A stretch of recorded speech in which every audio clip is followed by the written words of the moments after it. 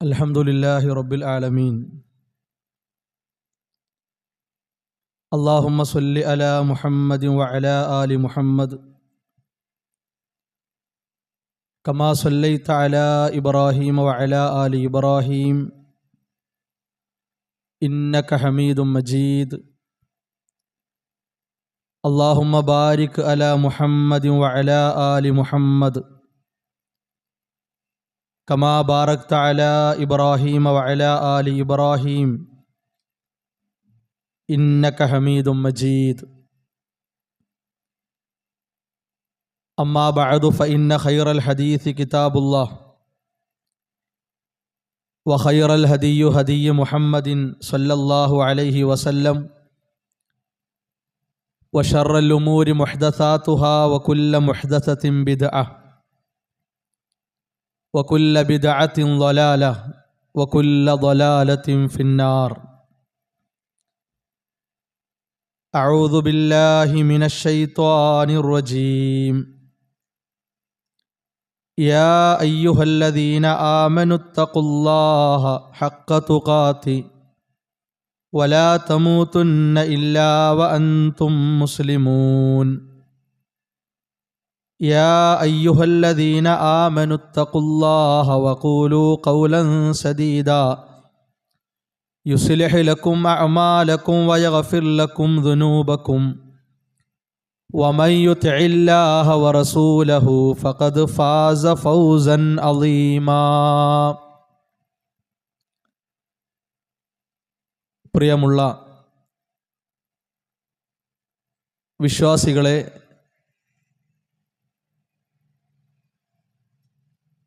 ഈ പ്രദേശത്ത് പല ഭാഗങ്ങളിലായി ഒരുമിച്ച് കൂടിയിട്ടുള്ള ഈ നാട്ടിലെ നല്ലവരായ രക്ഷിതാക്കളെ, സഹോദരങ്ങളെ, സുഹൃത്തുക്കളെ, സഹോദരിമാരെ, അള്ളാഹുവിൻ്റെ കൽപ്പനകളും നിർദ്ദേശങ്ങളും ജീവിതത്തിൻ്റെ എല്ലാ സന്ദർഭങ്ങളിലും കഴിവിൻ്റെ പരമാവധി സൂക്ഷിച്ച് പാലിച്ച് ജീവിതത്തെ ക്രമീകരിക്കണം, ചിട്ടപ്പെടുത്തണമെന്ന് ഉണർത്തുകയാണ്, ഉപദേശിക്കുകയാണ്. ഈ പ്രദേശത്ത് ഇത്തരമൊരു പരിപാടിയുടെ ആവശ്യകതയും അനിവാര്യതയും ബഹുമാനനായ നിയാസ് സ്വലാഹി ആമുഖ സംസാരത്തിൽ സൂചിപ്പിച്ചു.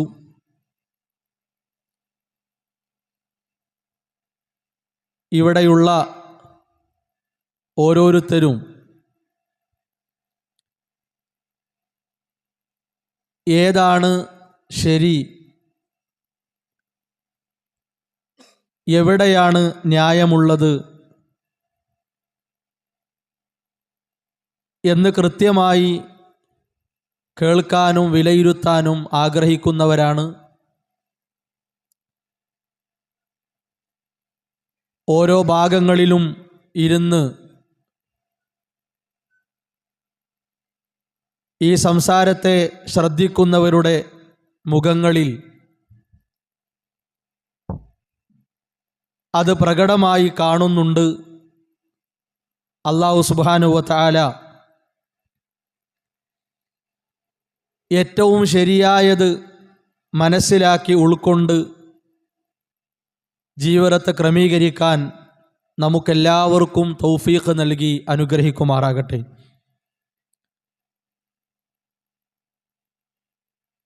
പഴയ കാലം പോലെയല്ല ഈ കാലഘട്ടം എന്നത്. ആധുനിക സൗകര്യങ്ങളും സംവിധാനങ്ങളുമൊക്കെ പല രൂപത്തിലും അധികരിച്ചിട്ടുള്ള, വളർന്നിട്ടുള്ള കാലഘട്ടമാണ്. അതുകൊണ്ട് തന്നെ ഒഴിവുള്ള സമയങ്ങളിൽ യാത്രകളിൽ ജോലിയിലേർപ്പെടുന്ന സന്ദർഭങ്ങളിലൊക്കെ വിശുദ്ധ ഇസ്ലാമുമായി ബന്ധപ്പെട്ട കാര്യങ്ങൾ നമ്മുടെ കൈകളിലുള്ള മൊബൈൽ സംവിധാനം ഉപയോഗിച്ച് കേൾക്കാനും പഠിക്കാനുമൊക്കെയുള്ള വലിയ അവസരങ്ങൾ തുറക്കപ്പെട്ട ഏറെ അനുഗ്രഹങ്ങൾ ലഭിച്ച കാലഘട്ടമാണ്. ആരെയും പേടിക്കേണ്ടതില്ല, ഭയക്കേണ്ടതില്ല. ആരാണോ കൃത്യമായി കാര്യങ്ങൾ പറയുന്നതും വിശദീകരിക്കുന്നതും എന്ന് ഓരോ പ്രഭാഷകരുടെ, പണ്ഡിതന്മാരുടെ പേര് കൊടുത്താൽ അവർ നടത്തിയ സംസാരങ്ങളും പഠനാർഹമായ ക്ലാസ്സുകളുമൊക്കെ ലഭിക്കുന്ന കാലഘട്ടമാണ്. ആ നിലക്ക് ഒരുപാട് ആളുകൾ അറിവ് നേടിക്കൊണ്ടിരിക്കുന്നു, സത്യം മനസ്സിലാക്കിക്കൊണ്ടിരിക്കുന്നു. അല്ലാഹു സുബ്ഹാനഹു വ തആല അത്തരം കാര്യങ്ങളിൽ വ്യാപൃതരാകാനുള്ള തൗഫീഖ് നമുക്കെല്ലാവർക്കും പ്രദാനം ചെയ്യുമാറാകട്ടെ. ഓരോ കാലഘട്ടങ്ങളിലും വിശുദ്ധ ഇസ്ലാമിൻ്റെ പ്രമാണങ്ങളെ മുന്നിൽ വെച്ചുള്ള കൃത്യമായ വിശദീകരണങ്ങളും സംസാരങ്ങളുമൊക്കെ എല്ലാ പ്രദേശങ്ങളിലും, അങ്ങാടികളിലും, കവലകളിലും, പള്ളികളിലുമൊക്കെ നടന്നതിൻ്റെ ഭാഗമായിട്ടാണ് നല്ല രൂപത്തിലുള്ള മാറ്റങ്ങൾ ഉണ്ടായിട്ടുള്ളത്. അള്ളാഹുവിൻ്റെ ദീന് പഠിച്ച് മനസ്സിലാക്കിയവരുടെ ബാധ്യതയാണ്, ദൗത്യമാണ് ജനങ്ങൾക്ക് കാര്യങ്ങൾ വിശദീകരിച്ചു കൊടുക്കുക, പകർന്നു കൊടുക്കുക എന്നുള്ളത്.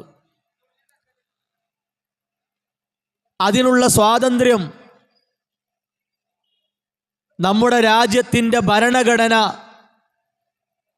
നൽകപ്പെട്ടു എന്നത് അള്ളാഹു നമുക്ക് നൽകിയ അനുഗ്രഹങ്ങളിൽപ്പെട്ടതാണ്. ഓരോ പ്രദേശങ്ങളിലുമുള്ള നിയമപാലകർ ഇതുമായി ബന്ധപ്പെട്ട കാര്യങ്ങൾക്ക് അനുമതി നൽകുന്നു എന്നതും വലിയ സൗഭാഗ്യമാണ്. ഇതുപോലെയുള്ള പ്രദേശങ്ങൾ, വലിയ വലിയ പട്ടണങ്ങൾ, അവിടങ്ങളിലെല്ലാം വസിക്കുന്നവർ, താമസിക്കുന്നവർ ഇത്തരം കാര്യങ്ങളെ നിറഞ്ഞ മനസ്സോടെ സ്വീകരിക്കുന്നു എന്നതും അല്ലാഹു സുബ്ഹാനഹു വ തആല നൽകിയിട്ടുള്ള സൗഭാഗ്യമാണ്. ഇങ്ങനെയുള്ള പ്രഭാഷണങ്ങൾ മുന്നോട്ട് പോകുമ്പോഴാണ് നമ്മുടെ മനസ്സിനെ ബാധിച്ചിട്ടുള്ള അന്ധതയെ മാറ്റാൻ നമുക്ക് സാധിക്കുക.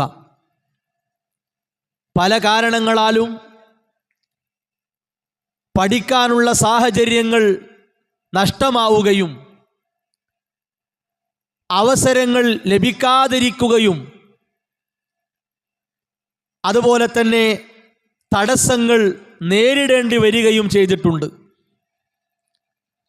അതെല്ലാം നീക്കി ഓരോ വിഷയങ്ങളെയും സാഗൂതം കൃത്യമായി ശ്രദ്ധിക്കാൻ മാനസികമായി ഒരുങ്ങുക എന്നതാണ് എല്ലാവരിലും ഉണ്ടാകേണ്ടത്. അല്ലാഹു സുബ്ഹാനഹു വ തആല അതിനുള്ള തൗഫീഖ് പ്രദാനം ചെയ്യുമാറാകട്ടെ. സഹോദരങ്ങളെ, ഏതൊരു പ്രഭാഷണത്തിലൂടെയും സമൂഹം കേൾക്കുന്നത് അല്ലാഹുവിൻ്റെ ദീന്, അല്ലാഹുവിൻ്റെ മതം, വിശുദ്ധ ഖുർആൻ, പ്രവാചകൻ സല്ലല്ലാഹു അലൈഹി വസല്ലമ, അവിടുത്തെ അനുചരന്മാർ, ഇങ്ങനെയുള്ള പദങ്ങളും പ്രയോഗങ്ങളും ഒക്കെ തന്നെയാണ്. എല്ലാവർക്കും ആദ്യത്തിലും അവസാനത്തിലും പറയാനുള്ളത് ഇതന്നെയാണ്. എന്നിട്ടും സമൂഹത്തിൽ നിലക്കാത്ത കുഴപ്പങ്ങൾ നിലനിൽക്കുന്നു. അന്ധവിശ്വാസങ്ങളും അനാചാരങ്ങളും തളം കെട്ടി നിൽക്കുന്നു. അതിൻ്റെ പ്രധാന കാരണം എന്താണ്? ആ കാരണങ്ങളെയാണ് നാം ഓരോരുത്തരും അന്വേഷിക്കേണ്ടത്. ആ കാരണങ്ങൾക്കുള്ള കൃത്യമായ പരിഹാരമാണ് നാം കണ്ടെത്തേണ്ടത്. ഈ ചെറിയ അങ്ങാടിയിൽ വരുന്ന ആളുകളെയെല്ലാം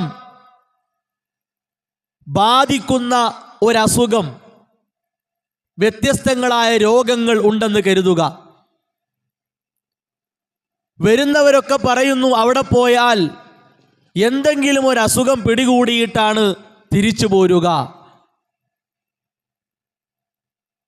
അവിടെ പോകുന്നവരെല്ലാം ആ പ്രയാസങ്ങൾക്ക് അടിമപ്പെടുന്നുണ്ട്.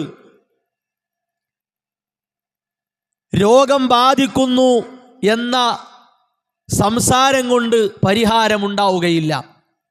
മറിച്ച് രോഗം പടരാനുള്ള, വ്യാപിക്കാനുള്ള കാരണങ്ങൾ എന്താണ്? ഒന്നുകിൽ എവിടെയെങ്കിലും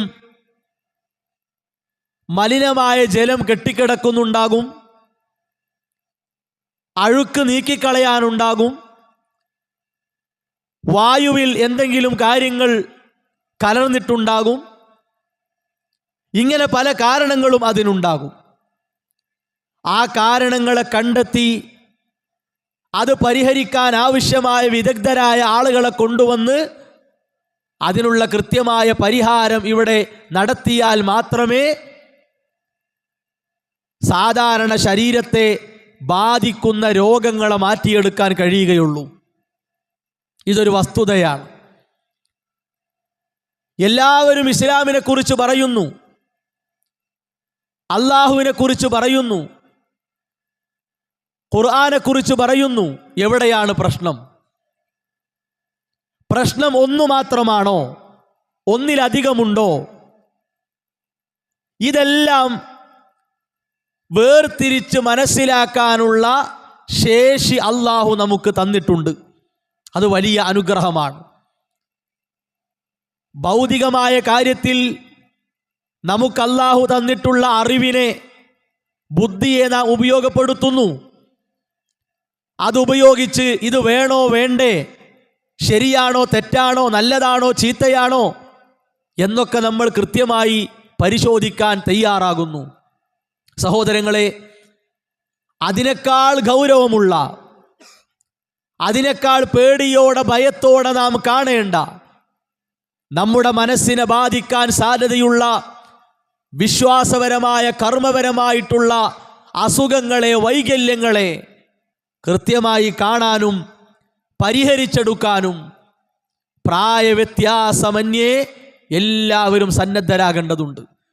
പറയുന്നവരിലും കേൾക്കുന്നവരിലും സംഘടിപ്പിക്കുന്നവരിലും അതിനുവേണ്ടി ഇരിക്കുന്നവരിലും ആരിലാണോ പ്രശ്നങ്ങൾ ഉള്ളത് അത് കൃത്യമായി പരിഹരിച്ച് നന്നാക്കി പോവുക എന്നതാണ് ഏറ്റവും അഭികാമ്യമായിട്ടുള്ള വിഷയം.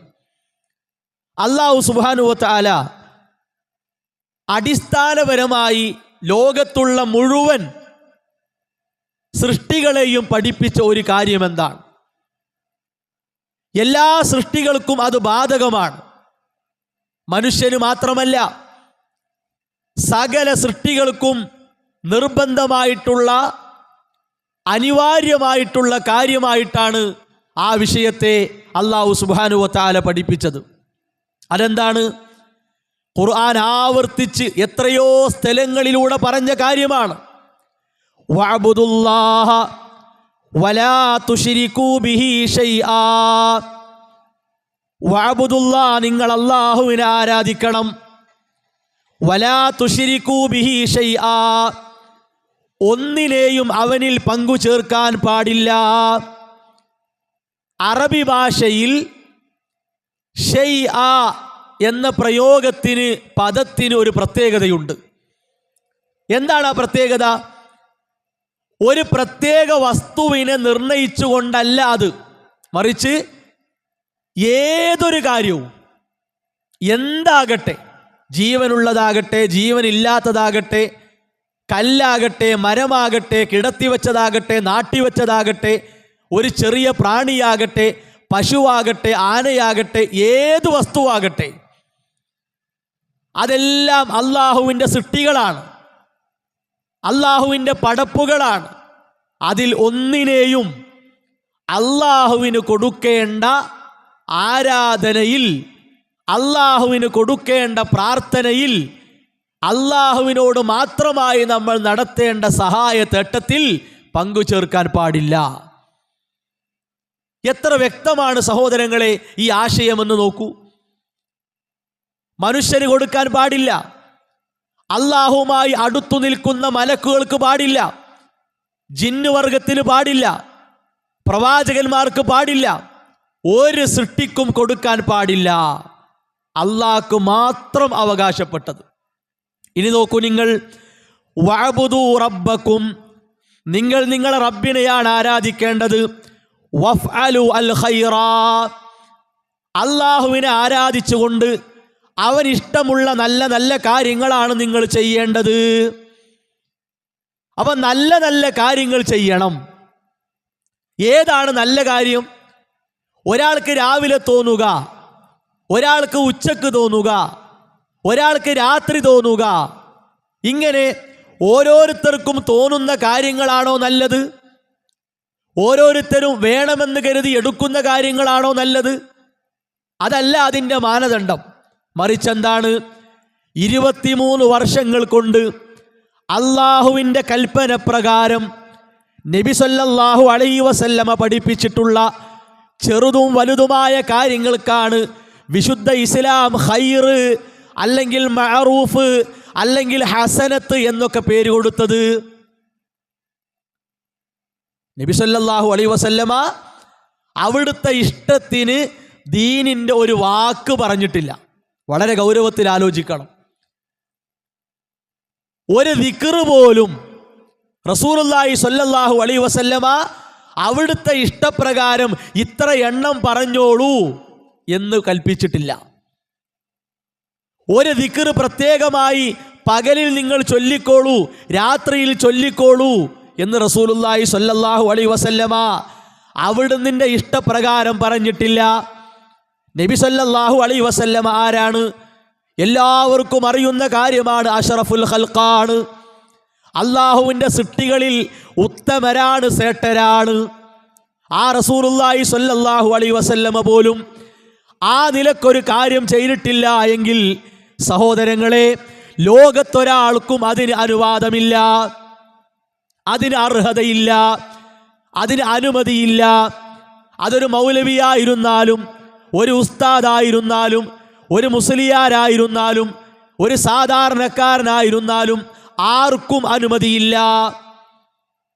നല്ലതല്ലേ നല്ലതല്ലേ എന്ന് കരുതി തോന്നിയതൊക്കെ ചെയ്യാം, എപ്പോഴും ചെയ്യാം, എങ്ങനെയും ചെയ്യാം. അങ്ങനെ ഒരു സ്വാതന്ത്ര്യം വിശുദ്ധ ഇസ്ലാം നമുക്ക് നൽകിയിട്ടില്ല. ഇനിയോ, പ്രാർത്ഥന എന്നത് അള്ളാഹുവിന് കൊടുക്കേണ്ട ഇബാദത്താണ്, ആരാധനയാണ്. പ്രാർത്ഥന എന്ന പദം കേൾക്കുമ്പോൾ തന്നെ അത് എന്താണെന്ന് മനസ്സിലാക്കാൻ കഴിവുള്ളവരാണ് നമ്മളൊക്കെ, മനസ്സിലാക്കിയവരുമാണ് നമ്മളൊക്കെ. ആ പ്രാർത്ഥന ആർക്കുള്ളതാണ്? അത് റബ്ബിന് മാത്രമുള്ളതാണ്. അല്ലാ എന്ന് ഏതൊരു കാര്യത്തിനാണോ നാം വിളിക്കുക, ആ കാര്യത്തിന് മറ്റൊരാളെ വിളിക്കാൻ പാടില്ല. യാ അല്ലാ എന്ന് രോഗം മാറിക്കിട്ടാൻ വിളിക്കുമ്പോൾ അതേ കാര്യത്തിന് വേണ്ടി യാ വലിയേ യാ ഷെയ്ഖേ എന്ന് വിളിക്കാൻ പാടില്ല. എന്തേ കാരണം? രോഗം എന്നത് അള്ളാഹുവിൻ്റെ ഒരു സൃഷ്ടിയാണ്. ആ രോഗത്തെ ഒരാൾക്ക് നൽകുന്നവൻ അള്ളാഹുവാണ്. ആ രോഗത്തെ മാറ്റിത്തരാൻ കഴിവുള്ളവനും അള്ളയാണ്. അത് മാറിക്കിട്ടാനുള്ള വഴികൾ അള്ളാഹു തന്നെ പഠിപ്പിച്ചിട്ടുണ്ട്. ആ വഴികളിൽ പ്രധാനപ്പെട്ടതാണ് നിങ്ങൾ എന്നോട് പ്രാർത്ഥിച്ചോളൂ എന്നത്. നോക്കൂ നിങ്ങൾ, മഹാനായ അയ്യൂബ് നബി അലൈഹിസ്സലാം, ശരീരമാസകലം മുറിവുകളാണ്, മുറിവില്ലാത്ത ഒരു സ്ഥലവുമില്ല, എല്ലായിടത്തും മുറിവുകളാണ്. അവിടെ നോക്കൂ നിങ്ങൾ, ആ ഒരു പ്രയാസത്തിൽ നിന്ന്, ബുദ്ധിമുട്ടിൽ നിന്ന് തൻ്റെ ശരീരത്തെ മോചിപ്പിക്കാൻ, തൻ്റെ ജീവിതത്തെ രക്ഷപ്പെടുത്താൻ അയ്യൂബ് നബി അലൈഹിസ്സലാം നടത്തിയ ഒരു വിളിയുണ്ട്. വഅയ്യൂബ ഇദ്നാദാ റബ്ബഹു അന്നീ മസ്സനിയൽ ദുർർ വഅൻത അർഹമുർ റാഹിമീൻ. അയ്യൂബ് നബി അലൈഹിസ്സലാമിൻ്റെ പ്രാർത്ഥന നോക്കൂ നിങ്ങൾ. അദ്ദേഹത്തിന് പ്രയാസം ബാധിച്ചു, ദുർറ് ബാധിച്ചു. അദ്ദേഹം ചെയ്ത പണി എന്താണ്? യാ അർഹമർ റാഹിമീൻ, കരുണ നൽകുന്നവരിൽ ഏറ്റവും കൂടുതലായി കരുണ നൽകുന്ന അല്ലാഹ്, എൻ്റെ ഈ അസുഖത്തെ മാറ്റിത്താ, എൻ്റെ ബുദ്ധിമുട്ടിനെ മാറ്റിത്താ എന്നാണ് പ്രാർത്ഥിച്ചത്. ഒന്നാമത്തെ വഴി പ്രാർത്ഥനയാണ്. ഏത് അസുഖം ബാധിച്ചാലും എൻ്റെ റബ്ബ് കണക്കാക്കിയതാണ്, അതിനെ മാറ്റിത്തരുന്നവൻ അവനാണ്. അല്ലാഹുവേ, എൻ്റെ ഈ ബുദ്ധിമുട്ടിനെ മാറ്റിത്താ. അതാണ് റസൂലുള്ളാഹി സ്വല്ലല്ലാഹു അലൈഹി വസല്ലം പഠിപ്പിച്ചത്. അല്ലാഹുമ്മ റബ്ബന്നാസ് അദ്ഹിബിൽ ബഅസ ഇശ്ഫി അൻത ഷാഫി.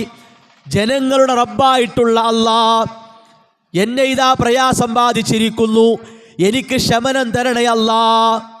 പ്രാർത്ഥനയാണ് ഒന്നാമത്തെ വഴി. ആ പ്രാർത്ഥന എവിടെയും നമ്മൾ നടത്താൻ പാടില്ല. ഒരു ശൈഖിനെ വിളിക്കാൻ പാടില്ല, ഒരു വലിയനെ വിളിക്കാൻ പാടില്ല. യാ ഹബീബല്ലാ, യാ ഖലീലല്ലാ, യാ റസൂലല്ലാ എന്ന് പോലും വിളിക്കാൻ പാടില്ല. നബി സല്ലല്ലാഹു അലൈഹി വസല്ലമയെ പോലും വിളിക്കാൻ പാടില്ല എങ്കിൽ അതിൻ്റെ താഴെ വരുന്ന ആരെങ്കിലും വിളിക്കാൻ പറ്റുമോ? പറ്റൂല. കാരണം അങ്ങനെ ഒരു അർഹത ഉണ്ടെങ്കിൽ അത് ആർക്കുണ്ടാകും? റസൂലുള്ളാഹി സ്വല്ലല്ലാഹു അലൈഹി വസല്ലമക്ക് ഉണ്ടാവും. അവിടുന്ന് പോലും അതില്ല.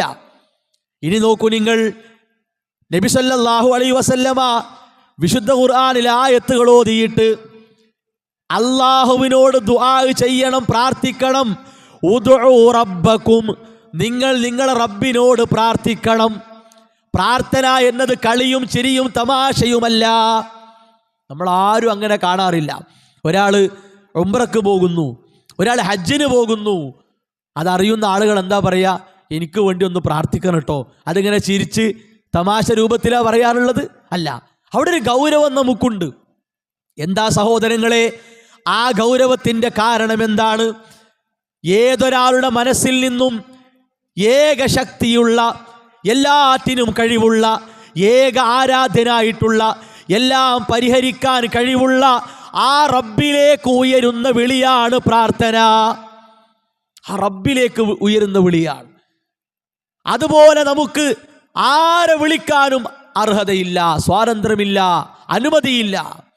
അള്ളാനെ വിളിക്കുന്ന പോലെ ഒരാളെ വിളിച്ചിട്ടും കാര്യമില്ല. റബ്ബിന് മാത്രം അവകാശപ്പെട്ടതാണ്. ആ വിളിയിൽ ഒരാളെയും പങ്കു ചേർക്കാൻ പാടില്ല. എത്ര വ്യക്തമാണ്! നമ്മളെല്ലാവരും റബ്ബേ, റബ്ബന, അല്ലാഹുമ്മ, റഹ്മാനെ, റഹീമേ എന്നൊക്കെ വിളിക്കുന്നവരാണ്. എന്താ ആ വിളിൻ്റെ അർത്ഥം? ആ വിളി നമ്മുടെ ബാപ്പയെ വിളിക്കുന്ന പോലെയാണോ? സഹോദരനെ വിളിക്കുന്ന പോലെയാണോ? കൂട്ടുകാരനോട് മൊബൈലിലൂടെ ഹലോ നീ എവിടെയാണ് എന്ന് ചോദിക്കുന്ന പോലെയാണോ? അല്ല സഹോദരങ്ങളെ, നമ്മുടെ മനസ്സിൻ്റെ അനക്കവും നീക്കവും ചലനവും അതറിയുന്ന ഏക ശക്തി അല്ലാഹ് മാത്രമാണ്. ആ റബ്ബിനെയാണ് നമ്മൾ ആത്മാർത്ഥമായി വിളിക്കേണ്ടത്. വേറെ ഒരാളെയും ആ കാര്യത്തിൽ വിളിക്കാൻ പാടില്ല. അതുകൊണ്ടാണ് അല്ലാഹു സുബ്ഹാനഹു വ തആല പറഞ്ഞു, വഖാല റബ്ബുകും ഉദ്ഊനി അസ്തജിബ് ലക്കും. വഖാല പറഞ്ഞിരിക്കുന്നു. ആരാ പറഞ്ഞത്? നിങ്ങളെ റബ്ബാണ് പറഞ്ഞത്. ഉദ്ഊനി, എന്നോട് പ്രാർത്ഥിച്ചോളിം, എന്നോട് ദുആ ചെയ്തോളിം, അസ്തജിബ് ലക്കും, ഞാൻ നിങ്ങൾക്ക് ഉത്തരം നൽകാം. ഇതിനേക്കാൾ വലിയ ഉറപ്പ് സഹോദരങ്ങളെ ആർക്ക് തരാൻ കഴിയും? ഇങ്ങനെ ഒരു വാഗ്ദാനം ആർക്ക് തരാൻ കഴിയും? ഏത് സൃഷ്ടിക്ക് സാധിക്കും?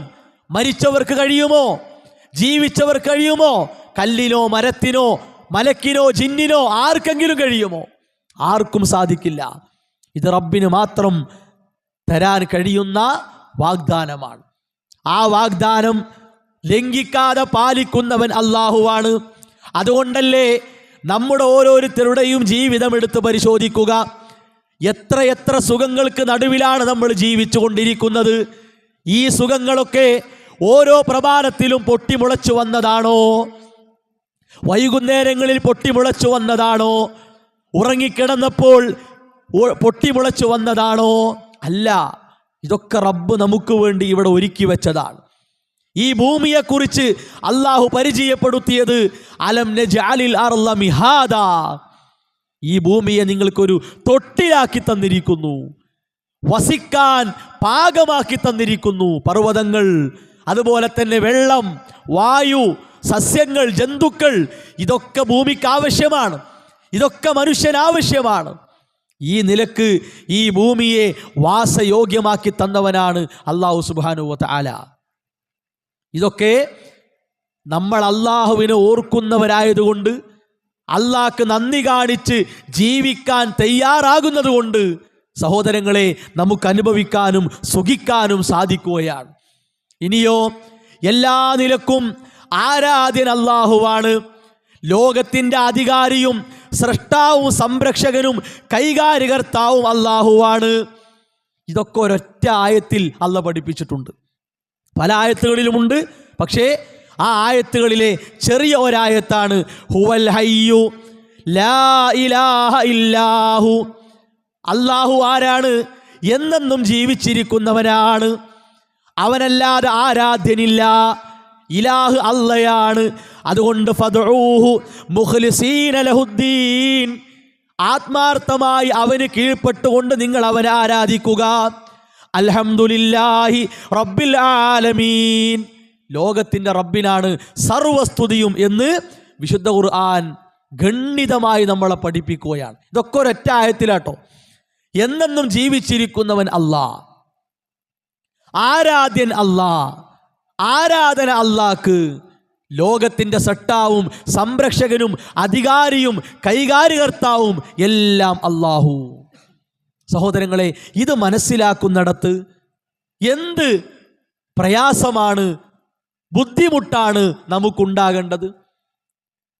ഈ ആയത്തുകളിലൂടെ പഠിപ്പിക്കപ്പെട്ട ഈ കാര്യം അല്ലാഹ്ക്ക് മാത്രം കൊടുക്കാൻ എന്ത് തടസ്സമാണ് നമുക്കുള്ളത്? അതിനുള്ള ഏറ്റവും വലിയ തടസ്സം ഒറ്റ വാക്കിൽ പറഞ്ഞാൽ നമ്മുടെ നാട്ടിലെ ഉസ്താദുമാർ, അതുപോലെ തന്നെ മുസ്ലിയാക്കന്മാർ എന്ന് പറയാം. ഒരു സംശയവും ആ കാര്യത്തിൽ വേണ്ട. ഇവിടെ ഈ കാര്യങ്ങളൊക്കെ പറയുമ്പോൾ സാധാരണക്കാരെ വട്ടം കറക്കുന്ന ഒരു സ്വഭാവമുണ്ട്. ഉസ്താദുമാരിങ്ങനെ വട്ടം കറക്കും. അതെന്താ? നമ്മളിപ്പോൾ മൊഹീദ്ദീൻ ഷെയ്ഖിനെ ആരാധിക്കുന്നുണ്ടോ? മൊഹീദ്ദീൻ ഷെയ്ഖിനെ നമ്മൾ ഇലാഹായി കാണുന്നുണ്ടോ? സ്രഷ്ടാവായി കാണുന്നുണ്ടോ എന്നാണ് ചോദിക്കുക. അപ്പോൾ സ്വാഭാവികമായിട്ടും ഇല്ല, അങ്ങനെയൊന്നുമില്ല. പിന്നെ എങ്ങനെ ശിർക്ക് വരിക? ഇലാഹാണ്, ഖാലിഖാണ്, സ്രഷ്ടാവാണ്, ആരാധ്യനാണ് എന്ന് കരുതിയാലല്ലേ ശിർക്ക് വരൂ? സഹോദരങ്ങളെ, അങ്ങനെ വിചാരിച്ചാലും വിശ്വസിച്ചാലുമാണ് ശിർക്ക് വരിക എങ്കിൽ ലോകത്തെവിടെ ശിർക്കുണ്ടാകുക? മക്കത്തെ മുശ്രിക്കിന്റെ ജീവിതത്തിൽ ശിർക്കുണ്ടാകുമോ? ഇല്ലല്ലോ. ലാത്തയും ഉസ്സയും മനാത്തയും റബ്ബാണ്, ഖാലിഖാണ് എന്ന വിശ്വാസം അവർക്ക് ഉണ്ടായിരുന്നില്ല. അവരങ്ങനെ എവിടെയും പറഞ്ഞിട്ടില്ല. മറിച്ചെന്താ ഉണ്ടായത്? ഇവരൊക്കെ സ്വാലിഹീങ്ങളായിരുന്നു, നല്ലവരായിരുന്നു. ഈ സ്വാലിഹീങ്ങൾ അല്ലാഹുവിലേക്ക് ഞങ്ങളെ അടുപ്പിക്കുന്നവരാണ്, അല്ലാഹുവിൻ്റെ അടുക്കൽ ഞങ്ങൾക്കുള്ള ശുപാർശകരാണ്. അവരൊന്നും ലാത്തി ഉസ്സി മനാത്തി ഇലാഹാണ്, ഖാലിഖാണ് എന്നെവിടെയും പറഞ്ഞിട്ടില്ല, റബ്ബാണ് എന്നെവിടെയും പറഞ്ഞിട്ടില്ല. അപ്പോൾ അവർക്ക് പോലും അങ്ങനെ ഒരു വിശ്വാസമോ കാര്യമോ ഉണ്ടായിട്ടില്ല. ഇത് സാധാരണക്കാരെ കുഴക്കാൻ വേണ്ടി, അവരെ അല്ലാഹു അല്ലാത്തവരെ വിളിക്കാൻ പ്രയാസങ്ങളും ബുദ്ധിമുട്ടുകളും ഉണ്ടാകുമ്പോൾ ബദരീങ്ങളെ, മമ്പുറന്തങ്ങളെ, മൊഹീദ്ദീൻ ഷെയ്ഖെ, CM മടവൂരെ ഇങ്ങനെ വിളിക്കാൻ, അവരെ പാകമാക്കി നിർത്താൻ വേണ്ടി ഇങ്ങനെ ചില കാരണങ്ങൾ പറയും. സഹോദരങ്ങളെ, ആ കാരണങ്ങൾ ശരിയല്ല എന്ന് കൃത്യമായി നമ്മൾ മനസ്സിലാക്കി പോരണം. ഇവിടെ നോക്കൂ നിങ്ങൾ, നമ്മുടെ നാട്ടിലെ ഉസ്താദുമാർ, ആ ഉസ്താദുമാർ പ്രതിനിധീകരിക്കുന്ന അവരുടെ സംവിധാനം, സംഘടനാ സംവിധാനം, ആ സംഘടനാ സംവിധാനം എന്തിനു വേണ്ടിയാണ് പഴയ കാലത്ത് ഉണ്ടാക്കിയത് എന്ന് ഒരു ഉസ്താദ് പറയുന്നു. അത് കേൾക്കുക നമ്മൾ ആദ്യം. പ്രത്യേകിച്ച് കേരളത്തിൽ നമ്മുടെ പ്രസ്ഥാനം എന്തിനാ ഉണ്ടായത്? ഓസുല്ലാലമിനെ വിളിക്കണമെന്ന്, വിളിച്ചാൽ ഉത്തരം കിട്ടുമെന്ന്, വിളിക്കാൻ പറ്റുമെന്ന് ഓസുല്ലാലമിനെ യാ ഓസുല്ലാലം അശ്ശൈഖ് മുഹിയുദ്ദീൻ അബ്ദുൽ ഖാദിർ ജീലാനി എന്ന ആവേശത്തോടെ വിളിക്കുന്ന ഒരു വലിയൊരു സംഘത്തെ പടുത്തുയർത്താനല്ലേ എന്ന മുഅ്മിനീങ്ങളെ. അഥവാ ഗൗസുൽ ആലമിനെ വിളിക്കണമെന്ന് പഠിപ്പിക്കാനാണ് നമ്മുടെ പ്രസ്ഥാനമുണ്ടായത്. സമസ്ത വിഭാഗത്തിലെ ഒരു പ്രധാന തങ്ങളാണ് തളീക്കര ഉസ്താദ്, അദ്ദേഹമാണ്. എത്ര ഗൗരവമുണ്ട് സഹോദരങ്ങളെ ഈ വാക്ക് എന്ന് ആലോചിക്കണം. മരണപ്പെട്ട മൊഹീദ്ദീൻ ശൈഖിനെ വിളിക്കാൻ ഒരു സംവിധാനം ഉണ്ടാക്കി എന്ന് സമൂഹത്തോട് വിളിച്ചു പറഞ്ഞു. നമ്മൾ ആരും ഉസ്താദുമാരുടെ പേരിൽ ആരോപണം പറയല്ല. ഇത് പല സ്ഥലത്തും നമ്മൾ കേൾപ്പിച്ചിട്ടുണ്ട്. മറുപടിക്ക് വരുന്ന ഉസ്താദുമാർ അത് കേട്ടില്ല എന്ന് നടിച്ചു പോകും. അത്ര ഗൗരവമുള്ള വർത്താനാണത്. സാധാരണക്കാരെ നമ്മളൊന്ന് വളരെ ഗൗരവത്തിൽ ഈ വാക്കിനെ എടുക്കണം. എന്നിട്ട് വിശുദ്ധ ഖുർആൻ നബി സല്ലല്ലാഹു അലൈഹി വസല്ലമ എന്തിനു വേണ്ടി നിയോഗിക്കപ്പെട്ടു എന്ന് പഠിപ്പിച്ചത് കേൾക്കണം. ആയത്തുകൾ ഓതിയാണ് പറയുന്നത്. സഹോദരങ്ങളെ, പുൽപ്രവാചകരെ പറയുക, ഇന്നമാ ഉമിർത്തു, നിശ്ചയം ഞാനിതാ കൽപ്പിക്കപ്പെട്ടിരിക്കുന്നു, അൻ അഅ്ബുദല്ലാ, എൻ്റെ റബ്ബിനെ ആരാധിക്കാൻ, വലാ ഉശ്രിക ബിഹി, അവനിൽ പങ്കു ചേർക്കാതിരിക്കാൻ, പിന്നെയോ ഇലൈഹി അദൂ, അവനിലേക്ക് ജനങ്ങളെ വിളിക്കാൻ. എത്ര വ്യക്തത നോക്കൂ നിങ്ങൾ. അള്ളാഹുവിലേക്ക് ജനങ്ങളെ വിളിക്കാൻ, മരിച്ചവരിലേക്കല്ല, മറവ് ചെയ്യപ്പെട്ടവരിലേക്കല്ല, അംബിയാക്കൾ, സ്വാലിഹീങ്ങൾ, സുദ്ദീഖീങ്ങൾ, ഔലിയാക്കൾ, ശുഹദാക്കൾ എന്ന് പറയപ്പെടുന്നവരിലേക്കല്ല. നിങ്ങൾ ആലോചിച്ച് നോക്കുകയാണെങ്കിൽ അങ്ങനെ ഒരു അനുമതി ഇസ്ലാം തന്നിട്ടുണ്ടെങ്കിൽ അതിനുള്ള ഒന്നാമത്തെ അർഹത ആർക്കുണ്ടാകുക? റസൂലുള്ളാഹി സ്വല്ലല്ലാഹു അലൈഹി വസല്ലമക്കാണ്. നബി സല്ലല്ലാഹു അലൈഹി വസല്ലമയെ അല്ലേ പറയേണ്ടത് മരണപ്പെട്ട എന്നെ വിളിക്കാൻ, യാ ഖലീലല്ലാ, യാ റസൂലല്ലാ എന്ന് വിളിക്കാൻ. അതിനു വേണ്ടിയാണ് ഞാൻ ഈ സ്വഹാബത്തിനെ വളർത്തിയെടുത്തത്, ഈ സ്വഹാബത്തിനെ നന്നാക്കിയെടുത്തത് എന്ന് റസൂലുള്ളാഹി സ്വല്ലല്ലാഹു അലൈഹി വസല്ലം പറയണ്ടേ? അങ്ങനെ എവിടെയും കാണൂല. നബി സല്ലല്ലാഹു അലൈഹി വസല്ലമ അങ്ങനെ ഒന്നും പഠിപ്പിച്ചിട്ടില്ല. ഇനിയോ റസൂലുള്ളാഹി സ്വല്ലല്ലാഹു അലൈഹി വസല്ലമയും അവിടുന്ന് പിൻപറ്റി വരുന്നവരും ചെയ്യേണ്ട പണി എന്താണ്? ഇതും ഖുർആൻ നമ്മളെ പഠിപ്പിക്കുന്നു. പുൽപ്രവാചകരെ പറയുക, ഹാദിഹി സബീലി, ഇതാകുന്നു എൻ്റെ മാർഗം, സിറാത്തുൽ മുസ്തഖീമാണ് എൻ്റെ മാർഗം. എന്നിട്ടോ അദ്ഉ ഇലല്ലാ, ഞാൻ അല്ലാഹുവിലേക്ക് വിളിക്കുന്നു.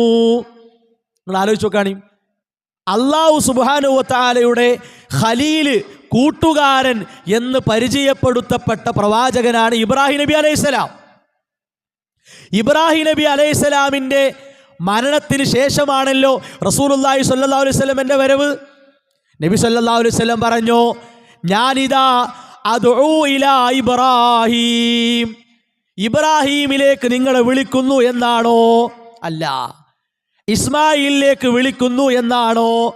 അദ്ഉ ഇലാ മൂസ അലൈഹിസ്സലാം, അദ്ഉ ഇലാ ഈസ അലൈഹിസ്സലാം, അങ്ങനെയാണോ? അല്ല. അദ്ഉ ഇലല്ലാഹ്, അല്ലാഹുവിലേക്ക് വിളിക്കുന്നു. അലാ ബസീറ, അറിവോടുകൂടിയാണ് വിളിക്കുന്നത്. ഞാൻ മാത്രമല്ല, അന വമനിത്തബഅനി, ഞാനും എന്നെ പിൻപറ്റി വരുന്നവരും. റസൂലുള്ളാഹി സ്വല്ലല്ലാഹു അലൈഹി വസല്ലമയുടെ മാർഗം പിൻപറ്റി വരുന്നവർ ചെയ്യേണ്ട പണി എന്താണ്? അല്ലാഹുവിലേക്ക് ജനങ്ങളെ വിളിക്കുക. സഹോദരങ്ങളെ, മൊഹീദ്ദീൻ ശൈഖിലേക്ക് വിളിക്കാൻ ഒരു സംഘടന, ഒരു പ്രസ്ഥാനം. നിങ്ങൾ നോക്ക്, ഇത് ഖുതുബിയ്യത്താണ്. ഖുതുബിയ്യത്ത് സാധാരണക്കാർക്കെല്ലാം പരിചയമുണ്ടാകും. ഖുതുബിയ്യത്ത് കായൽ പട്ടണത്തുള്ള ഒരാൾ എഴുതിയതാണ്. തമിഴ്നാട്ടിലെ കായൽ പട്ടണത്ത് സ്വദഖത്തുള്ള കാഹിരി എഴുതിയതാണ്. അയാൾക്ക് തോന്നിയത് എഴുതി പിടിപ്പിച്ചു. എന്താണ് ആ വരികളിലുള്ളത്? ശുദ്ധമായ ശിർക്കാണ്. വിശുദ്ധ ഖുർആന് എതിരായ കാര്യങ്ങളാണ്, വിശുദ്ധ ഇസ്ലാമുമായി ബന്ധപ്പെടുത്താൻ പറ്റാത്ത വിഷയങ്ങളാണ്. ഓരോ വരികളും പ്രത്യേകം എടുത്ത് കൈകാര്യം ചെയ്യേണ്ടതാണ്. അതിലൊരു വരി നോക്കൂ നിങ്ങൾ, എന്താണ് ആ വരി? വമയ്യുനാദിസ്മി അൽഫം ബിഖൽവതിഹി അസ്മം ബിഹിമ്മതിഹി സർമൽ ലിഗഫവതിഹി. എന്താ അറിയോ? നല്ല നിശ്ചയദാർഢ്യത്തോടെ അശ്രദ്ധക്കെ ഒഴിവാക്കി ഒഴിഞ്ഞ ഒരു സ്ഥലത്ത് വെച്ച് ആരെങ്കിലും എൻ്റെ നാമം 1000 തവണ വിളിച്ചാൽ എന്താ നിബന്ധന? അശ്രദ്ധ പാടില്ല, നല്ല ഉണർന്ന മനസ്സോടെയായിരിക്കണം. അതുപോലെ തന്നെ ബഹളുണ്ടാകാൻ പാടില്ല, ഒഴിഞ്ഞ ഒരു സ്ഥലമായിരിക്കണം. പിന്നെയോ നല്ല ഉറച്ച മനസ്സോടെ മുഹീദ്ദീൻ ശൈഖ് എന്ന് വിളിച്ചാൽ ആ വിളി ശൈഖ് കേൾക്കുകയും ഉത്തരം നൽകുകയും ചെയ്യുമെന്ന ഉറച്ച വിശ്വാസത്തോടെയാകണം. ഈ നിബന്ധനകൾ പാലിച്ചുകൊണ്ട് വിളിച്ചാൽ അജബതുഹു മുസ്രിഅ ലിയജ്ലി ദഅവതിഹി ഫൽയദഉ യാ അബ്ദൽ ഖാദിരി മുഹിയദ്ദീനി. വളരെ എളുപ്പത്തിൽ ഉത്തരം കൊടുക്കുമെന്നാണ്. ആരെക്കുറിച്ചാ സഹോദരങ്ങളെ ഇത്? ആരെക്കുറിച്ചാണ്? മറവ് ചെയ്യപ്പെട്ട ഒരാളെക്കുറിച്ച്, ദുന്യാവുമായിട്ടുള്ള എല്ലാ ബന്ധങ്ങളും മുറിച്ച് അള്ളാഹുവിലേക്ക് മടങ്ങിയ ഒരു വ്യക്തിയെക്കുറിച്ച് സഹോദരങ്ങളെ 1000 തവണ വിളിക്കണം എന്നാണ്. അള്ളാഹുവിനെ 1000 തവണ എന്ന് വിളിക്കണ്ട, ആത്മാർത്ഥമായി മനസ്സറിഞ്ഞ് അല്ലാ എന്ന് വിളിച്ചാൽ മതി. റസൂലുള്ളാഹി സ്വല്ലല്ലാഹു അലൈഹി വസല്ലമയോട് അല്ലാഹു സുബ്ഹാനഹു വ തആല പഠിപ്പിക്കുന്നു, വൈദാ സഅലക ഇബാദി അന്നീ ഫഇന്നീ ഖരീബ്. എല്ലാവരും ശ്രദ്ധിക്കണം. വൈദാ സഅലക ഇബാദി, എൻ്റെ അടിമകൾ എന്നെക്കുറിച്ച് പ്രവാചകരെ നിങ്ങളോട് ചോദിച്ചാൽ അവരോട് പറയണം, ഉജീബു ദഅവത്തദ്ദാഇ ഇദാ ദഅാൻ, എന്നെ വിളിക്കുന്നവന് ഉത്തരം കൊടുക്കാൻ ഞാനിതാ സമീപസ്ഥനാണ്. നമ്മളെ വിളി കേട്ട് ഉത്തരം ചെയ്യാൻ അള്ളാഹുവിൻ്റെ സാമീപ്യം നമുക്കുണ്ട്. അതിന് അള്ളാഹു നിഷിദ്ധമായ ഒരു വഴിയും വെച്ചിട്ടില്ല. മരിച്ചവരെ തേടി അന്വേഷിച്ച് പോകേണ്ട ആവശ്യമില്ല സഹോദരങ്ങളെ. അതിനുവേണ്ടി ഒരു സംഘടന ഉണ്ടാക്കി എന്നാണ് ആ ഉസ്താദിൻ്റെ സംസാരത്തിൽ കേട്ടത്. ഇനി നോക്കൂ നിങ്ങൾ, അടുത്ത ഒരു സംസാരം കേൾക്കൂ. ഞാൻ ചോദിക്കുന്നു, ഈ കേരളത്തിൽ അള്ളാന്റെ ദീൻ എത്തിച്ചതാരാ? സമസ്ത 26-ലുണ്ടായിരുന്നു. 1926-ലാണ് സമസ്ത ഉണ്ടായത്. സമസ്ത അള്ളാന്റെ ദീൻ ഇവിടെ എത്തിച്ച പ്രസ്ഥാനമല്ല, അത് നിലനിർത്താൻ വേണ്ടി ഉണ്ടാക്കിയ പണ്ഡിത സംഘടനയുടെ പേരാ സമസ്ത. കേട്ടല്ലോ, സമസ്ത എന്നത് 1926-ൽ ഉണ്ടാക്കപ്പെട്ടതാണ്. അത് അള്ളാഹുവിൻ്റെ ദീൻ നിലനിർത്താൻ വേണ്ടി ഉണ്ടാക്കപ്പെട്ടു എന്നാണ് ഈ ഉസ്താദ് പറയണത്. സഹോദരങ്ങളെ, മുഹീദ്ദീൻ ശൈഖിനെ വിളിക്കണം എന്ന് പഠിപ്പിക്കുന്ന ഇവർ എങ്ങനെയാണ് അള്ളാഹുവിൻ്റെ ദീന് നിലനിർത്തുന്ന ആൾക്കാരാകുക? റസൂലുള്ളാഹി സ്വല്ലല്ലാഹു അലൈഹി വസല്ലമയെ വഫാത്തിന് ശേഷം വിളിക്കണം, വിളിച്ച് പ്രാർത്ഥിക്കണം, പരാതികളും പ്രശ്നങ്ങളും ആവലാതികളും പറയണം എന്ന ഒരു നിയമം ഇസ്ലാമിൻ്റെ നിയമമാണെങ്കിൽ മാത്രമല്ലേ പിന്നീട് വരുന്ന ഔലിയാക്കളെ അത് വെച്ച് വിളിക്കാൻ പറ്റുള്ളൂ. അപ്പൊ സഹോദരങ്ങളെ, ഇസ്ലാമിൻ്റെ തുടർച്ചയ്ക്ക് വേണ്ടിയല്ല, ഇസ്ലാമിന് വിരുദ്ധമായ ഒരാശയം അഥവാ തൗഹീദിന് വിരുദ്ധമായ ശുദ്ധമായ ശിർക്ക് ജനങ്ങളെ പഠിപ്പിക്കാനും അവരെ കൊണ്ട് ചെയ്യിപ്പിക്കാനുമാണ് 1926-ൽ ഒരു സംഘടനാ രൂപത്തിൽ സമസ്ത ഇവിടെ ഉണ്ടാക്കപ്പെട്ടത്. ഇതാണ് നമ്മൾ മനസ്സിലാക്കേണ്ടത്. ശരി, ഇനി അടുത്തൊരു വർത്താനം കേൾക്കൂ. 20കൾക്ക് ശേഷം കേരളത്തിലെ മുസ്ലിങ്ങൾക്ക് പരിചയമില്ലാത്ത ചില പുതിയ വാദമായിട്ട് ചിലർ വന്നു. അപ്പൊ പണ്ഡിതന്മാരുടെ ദൗത്യമാണ് ആ പിഴച്ച വാദങ്ങളെ തുരത്തണം, സമൂഹത്തെ അഹ്ലുസുന്ന വൽ ജമാഅയുടെ ഇസ്ലാമിന്റെ നേരായ മാർഗത്തിൽ അടിയുറപ്പിച്ചു നിർത്തണം. അത് ആ കാലഘട്ടത്തിലെ വരക്കൽ തങ്ങളെ പോലെയുള്ള സാദാത്തുക്കളും പാങ്ങിൽ ഉസ്താദ് ഷാരിയാത്തി തങ്ങളെ വാരി ഉസ്താദിനെ പോലെയുള്ള മഹത്തുക്കളായ പണ്ഡിതന്മാരും ഒക്കെ നേതൃത്വം നൽകി രൂപീകരിച്ച സംഘടനയാണ് സമസ്ത കേരള ജംഇയ്യത്തുൽ ഉലമ. കേട്ടല്ലോ, 1920-ൽ ഇവിടെ എന്ത് ചെയ്തു? പുതിയ ചില ആശയക്കാർ കടന്നു വന്നു. അപ്പൊ അവരെ തുരത്താൻ വേണ്ടി ഷാലിയാത്തി ഉസ്താദും പാങ്ങിൽ ഉസ്താദും വരക്കൽ മുല്ലക്കോയ തങ്ങളുമൊക്കെ ചേർന്ന് സമസ്തയെ ഉണ്ടാക്കി. ശരിയാണ്, സമസ്തയെ അവരെന്നെ ഉണ്ടാക്കിയത്. പക്ഷേ അതെന്തിനു വേണ്ടിയായിരുന്നു? ഇസ്ലാമിൻ്റെ ശരിയായ ആദർശത്തെ മുറിച്ചു മാറ്റാൻ. അതിൽ യാതൊരു സംശയവുമില്ല. തെളിവുകൾ കൃത്യമായി ഇൻഷാ അല്ലാഹ് പറഞ്ഞു തരും. നോക്കൂ നിങ്ങൾ, ഇത് സമസ്തയുടെ 8ാം പ്രമേയം. 8ാം പ്രമേയം അറിയാത്ത ഉസ്താദുമാരുണ്ടാവില്ല. ഈ പ്രമേയത്തെക്കുറിച്ച് ശ്രദ്ധേയമായ 8ാം പ്രമേയം എന്നാണ് പരിചയപ്പെടുത്തപ്പെട്ടിട്ടുള്ളത്. ഇവരെ എന്തുകൊണ്ട് അകറ്റണം എന്ന ചാലിയം AP അബൂബക്കർ മുസ്ലിയാർ എഴുതിയ ഒരു ചെറിയ പുസ്തകമാണിത്. ഇന്നും സമസ്ത പരിശുദ്ധ പ്രമാണമായി കാണുന്ന പ്രമേയമാണ് 8ാം പ്രമേയം. ഇനിയോ ഈ പ്രമേയം അംഗീകരിക്കാത്ത ഒരാൾ, അയാൾ സുന്നിയല്ല, അവർ ഖാസി, ഖതീബ്, ഇമാം എന്നീ സ്ഥാനത്തേക്ക് അർഹരുമല്ല. ഇതൊക്കെ ഈ പ്രമേയത്തിൻ്റെ പ്രത്യേകതയായി എഴുതിയതാണ്. ഇനിയോ ഈ പ്രമേയം തുടങ്ങണ നോക്കൂ നിങ്ങൾ. എന്താണ്? മരിച്ചുപോയ അമ്പിയാക്കൾ, ഔലിയാക്കൾ, സ്വാലിഹീങ്ങൾ ഇവരുടെ ദാത്ത്, ജാഹ്, ഹക്ക്, ബറക്കത്ത് എന്നിവ കൊണ്ടുള്ള തവസ്സുൽ, നേരിട്ടു വിളിക്കൽ, അവരോട് സഹായത്തിന് അപേക്ഷിക്കൽ. ഇത് ഗൗരവമുണ്ടോ? ഇല്ലേ? ജീവിച്ചിരിക്കുന്നവരല്ല, മരണപ്പെട്ടവർ. ജീവിച്ചിരിക്കുന്നവരോട് തന്നെ പറ്റൂല, പിന്നെ എങ്ങനെ മരിച്ചവരോട് പറ്റുക? ഒരു സൃഷ്ടിയോടും ഒരു പടപ്പിനോടും പാടില്ല. ഒരു നബിയുടെ, ഒരു വലിയിൻ്റെ, ഒരു സ്വാലിഹിൻ്റെ പദവി, അദ്ദേഹത്തിൻ്റെ സ്ഥാനം, അത് മുന്നിൽ വെച്ചുകൊണ്ട് അയാളെ ബറക്കത്ത് കൊണ്ട് അല്ലാ എന്നെ കാക്കണേ എന്ന് പറയാൻ പാടില്ല. കാരണം എന്താ? അങ്ങനെ ഇടയിൽ വെക്കാനുള്ള അനുമതി അല്ലാഹു തന്നിട്ടില്ല. പിന്നെയോ നേരിട്ട് വിളിക്കൽ, ഇത് ഗൗരവമുണ്ടോ? ഇല്ലേ? നമ്മൾ ആരെയാണ് നേരിട്ട് വിളിക്കേണ്ടത്? യാ അല്ലാ എന്നല്ലേ വിളിക്കേണ്ടത്? അല്ലാഹുമ്മ എന്ന എത്ര പ്രാർത്ഥനകളുണ്ട്, റബ്ബന എന്ന എത്ര പ്രാർത്ഥനകളുണ്ട് സഹോദരങ്ങളെ.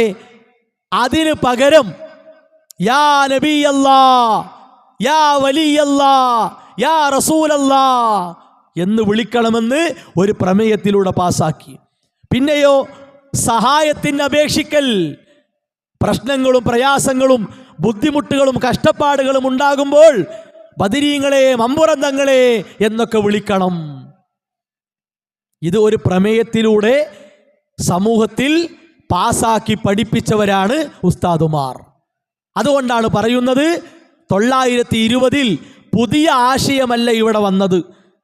ഇവിടെ നിലനിന്നിരുന്ന ഷിയ വിശ്വാസങ്ങൾ, സൂഫി വിശ്വാസങ്ങൾ, അന്ധവിശ്വാസങ്ങൾ അത് കൃത്യമായി തെറ്റാണ് എന്ന് ബോധ്യപ്പെടുത്താനാണ് മഹാനായ വക്കം മൗലവി, മഹാനായ KM മൗലവി, അവിടുന്ന് ഇങ്ങോട്ടുള്ള പണ്ഡിതന്മാർ അന്ന് പണിയെടുത്തത്.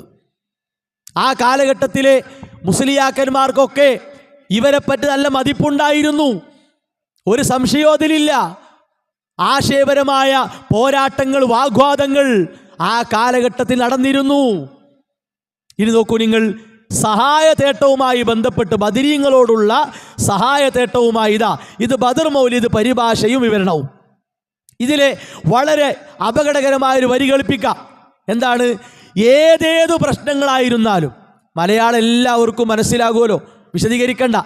ഏതേതു പ്രശ്നങ്ങൾ, ഇന്നതെന്നില്ല, എന്താകട്ടെ ശരി, ഐഹികമാകട്ടെ പാരത്രികമാകട്ടെ, ദുന്യാവാകട്ടെ ഉഹറയാകട്ടെ, ഉഹറവിയാകട്ടെ, പരലോക വിഷയമായാലും വേണ്ടിയില്ല, ദുന്യാവിത്ത വിഷയമായാലും വേണ്ടിയില്ല, ബദരീങ്ങളെ വിളിച്ച് സഹായം തേടിയാൽ, യാ അഹ്ല ബദർ, യാ അഹ്ല ബദർ എന്ന് വിളിച്ചാൽ തീർച്ചയായും സഹായം ലഭിക്കപ്പെടും.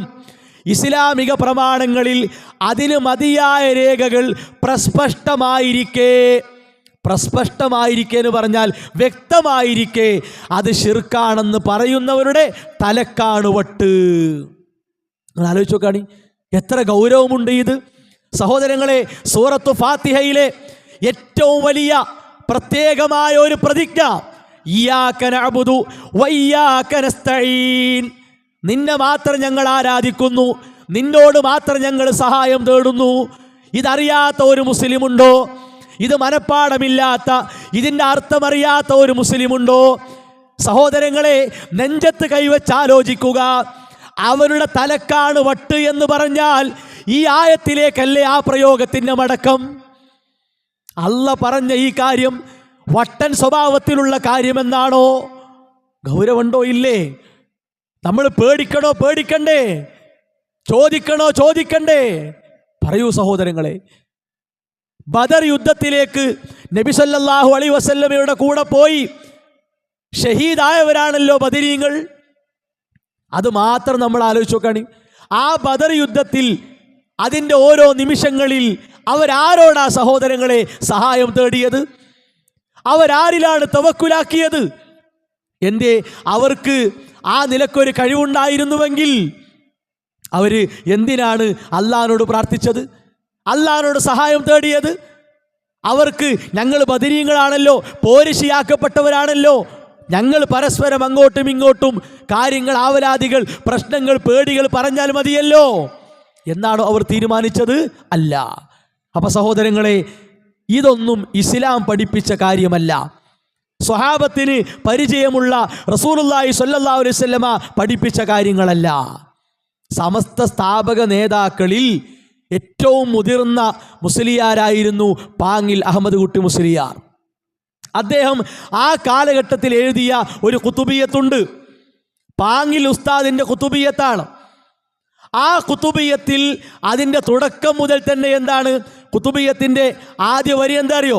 യാ കുത്തുബാഹിലിൽ അർള്, ഭൂമി ലോകത്തെ നിയന്ത്രിക്കുന്നവരെ, ഭൂമി ലോകത്തെ നിയന്ത്രിക്കുന്നവരെ, വാനലോകത്തെ നിയന്ത്രിക്കുന്നവരെ, അവരുടെ സഹായിയായിട്ടുള്ളവരെ. കണ്ടോ? ആരെയാണ്? മുഹീദ്ദീൻ ശൈഖിനെ വിളിക്കുകയാണ്. ആകാശഭൂമികളുടെ നിയന്ത്രകനെ എന്ന് വിളിച്ചുകൊണ്ടാണ് പാങ്ങിൽ ഉസ്താദിൻ്റെ കുത്തുബിയത്ത്. അങ്ങനെയുണ്ടോ? ആകാശഭൂമികളെ നിയന്ത്രണം അല്ലാഹ്ക്കല്ലാതെ വേറെ ആർക്കാ സഹോദരങ്ങളെ?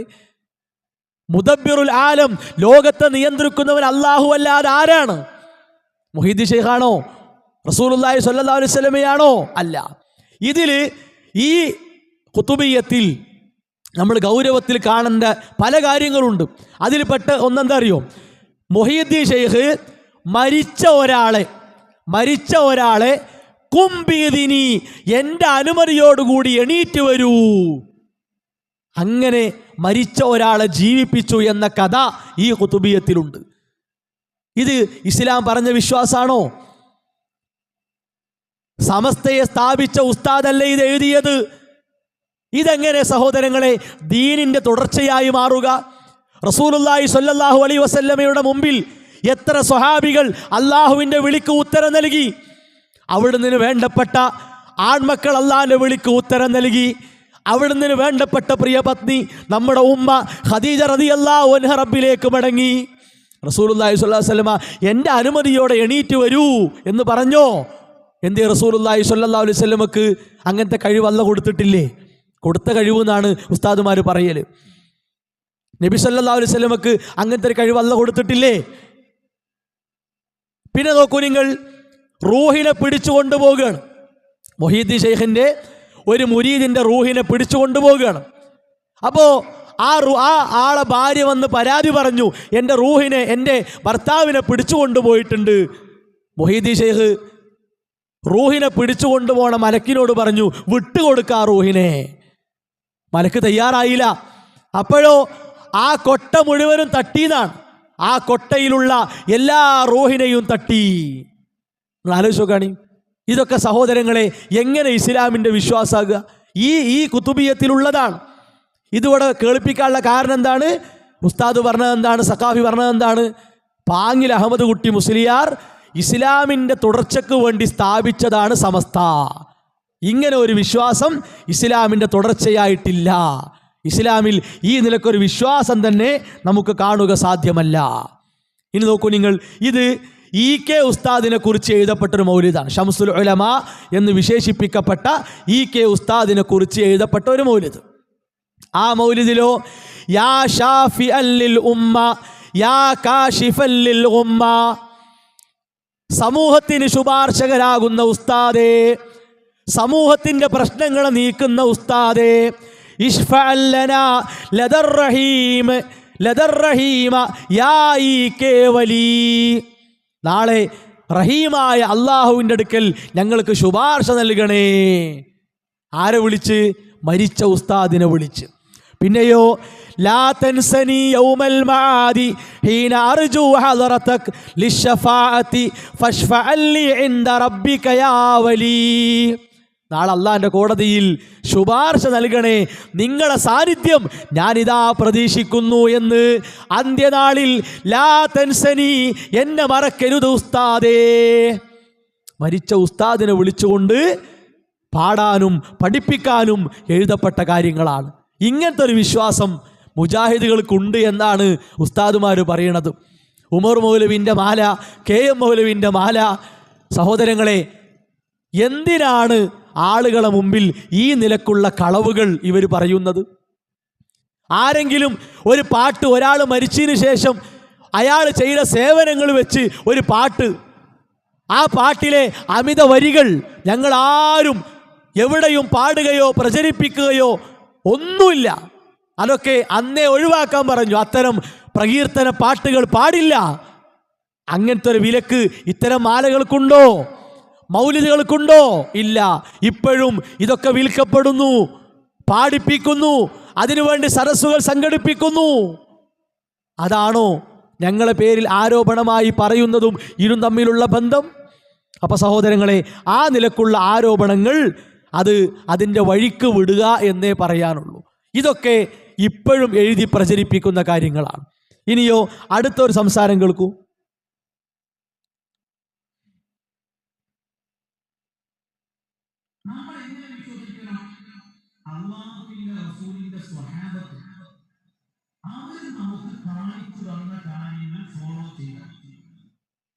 കേട്ടില്ലേ? നമ്മൾ എങ്ങനെ ജീവിക്കണം?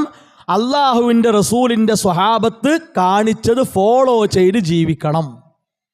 സഹോദരങ്ങളെ, ഇവിടെ ഈ വായിച്ച് കേൾപ്പിച്ച കാര്യങ്ങൾ, ഇതിന് മാതൃകയായ എത്ര സ്വഹാബികളെ ഹാജരാക്കാൻ കഴിയും?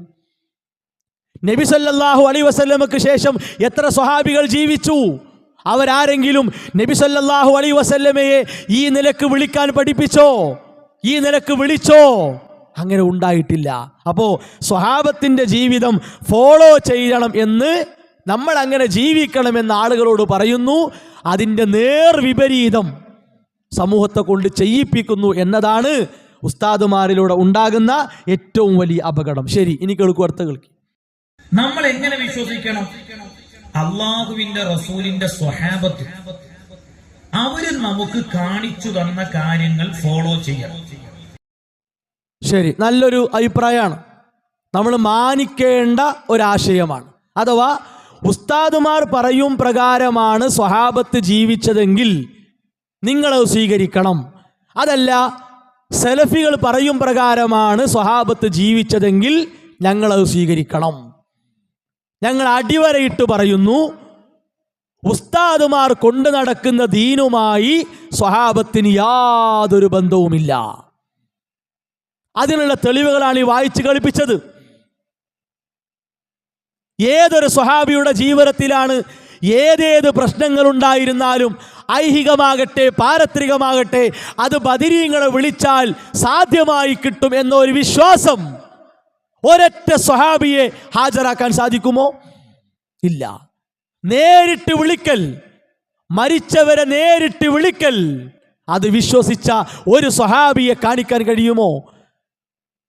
മലക്കുൽ മൗത്ത് റൂഹുമായി പോകുമ്പോൾ കൊട്ട തട്ടിയ കഥ വിശ്വസിച്ച ഒരു സ്വഹാബിയുണ്ടോ? എൻ്റെ അനുമതിയോടുകൂടി എഴുന്നേൽക്കൂ എന്ന് മരിച്ചവരോട് പറഞ്ഞ് ജീവിപ്പിച്ച ഒരു സ്വഹാബിയുണ്ടോ? ഇല്ല. 1000 തവണ മരിച്ചവരെ വിളിച്ചാൽ പെട്ടെന്ന് ഉത്തരം കിട്ടും എന്ന് പഠിപ്പിച്ച ഒരു സ്വഹാബിയുണ്ടോ? ആകാശഭൂമികളെ നിയന്ത്രിക്കുകയും അതിലുള്ളവർക്ക് വേണ്ട സഹായങ്ങൾ ചെയ്തു കൊടുക്കുകയും മുഹീദ്ദീൻ ശൈഖിന് അതിന് സാധിക്കും എന്ന നിലക്ക് വിശ്വസിച്ച ഒരു സ്വഹാബിയുണ്ടോ? പിന്നെ എങ്ങനെ സഹോദരങ്ങളെ അത് ഇസ്ലാമാകുക? അപ്പം അതുകൊണ്ട് ആ അഭിപ്രായം അതിവിടെ തെളിയിക്കണം. ഇല്ലെങ്കിലോ ഈ സത്യത്തെ സ്വീകരിക്കണം. ഇനി നോക്കൂ നിങ്ങൾ, ജാറങ്ങൾ പ്രചരിപ്പിക്കാൻ വേണ്ടി മാത്രം കാണാ കാഴ്ചകൾ, ഇതിൽ എത്ര കള്ളജാറങ്ങളും മഖ്ബറകളുമാണെന്നറിയോ? പ്രവാചകന്മാരുടെ പേരിൽ, ലോകത്തറിയപ്പെട്ട സ്വഹാബികളുടെ പേരിൽ എവിടെയോ കിടക്കുന്ന കുറേ ബിൽഡിങ്ങുകൾ, അതേപോലെ തന്നെ കുറേ പിന്നെ നിർമ്മിക്കപ്പെട്ട കാര്യങ്ങൾ, അത് നല്ല കളർ ഫോട്ടോസിലൂടെ പ്രചരിപ്പിക്കുക. റസൂലുള്ളാഹി സ്വല്ലല്ലാഹു അലൈഹി വസല്ലമയുടെ സ്വഹാബത്ത് മറവ് ചെയ്യപ്പെട്ട മദീനത്തെ മഖ്ബറ അവിടെ പോയവർക്ക് കാണാം. എത്ര സ്വഹാബികളെ ഖബറ സഹോദരങ്ങളെ ഉയർത്തപ്പെട്ടത്? ഏതെങ്കിലും ഒന്നുണ്ടോ? ഇല്ല. ഒരു പ്രവാചകന്റെ ഖബറും ഉയർത്തപ്പെട്ടിട്ടില്ല. എന്നിട്ട് പ്രവാചകന്മാരുടെ പേരിൽ ഈ നിലക്കുള്ള കാര്യങ്ങളൊക്കെ പ്രചരിപ്പിച്ച് ആളുകളെ കബളിപ്പിക്കുന്നു. ഇതാണ് ശിർക്കിലേക്കുള്ള വഴി. തുറന്നു കൊടുക്കുക, അത് കൃത്യമായി കാണിച്ചു കൊടുക്കുക എന്ന പണി സ്വഹാബത്തിൻ്റെ പണിയല്ല. അതിൽ നിന്ന് ജനങ്ങളെ മോചിപ്പിക്കുന്ന, സംസ്കരിച്ചെടുക്കുന്ന പണിയാണ് സലഫികൾ, മുജാഹിദുകൾ ഇക്കാലമത്രയും ചെയ്തു പോന്നിട്ടുള്ളത്. ഓക്കെ, ഇനി നോക്കൂ നിങ്ങൾ, ഇനി എന്താണ് പറയുന്നത് കേൾക്കുക. മഹാന്മാരെ ജീവിതം തുടങ്ങുന്നേ ഉള്ളൂ. മഹാന്മാർ ഈ ലോകത്ത് നിന്ന് മരണപ്പെട്ടാൽ ഇനി അവരെ ജീവിതം തുടങ്ങുകയാണ്. അവരെ കറാമത്തുകളും മഹത്വങ്ങളും വർദ്ധിച്ചു വരികയാണ്. അവരെ പവർ ഇങ്ങനെ കൂടിക്കൂടി വരികയാണ്. അതൊക്കെ അവിടെ ആ സൂറത്ത് യാസീന്റെ ബാക്കിയിൽ അല്ലാഹു പറയുന്നുണ്ട്.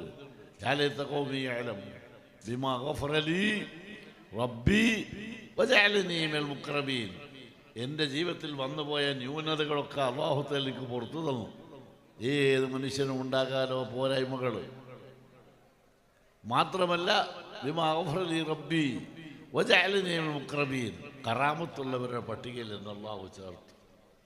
അവ കറാമത്തുള്ള ഔലിയാക്കൾ ധാരാളം ഈ ലോകത്തുണ്ടെന്നും മരണപ്പെട്ടവരെ കഴിവ് ഇനി കൂടാനിരിക്കുകയാണ്.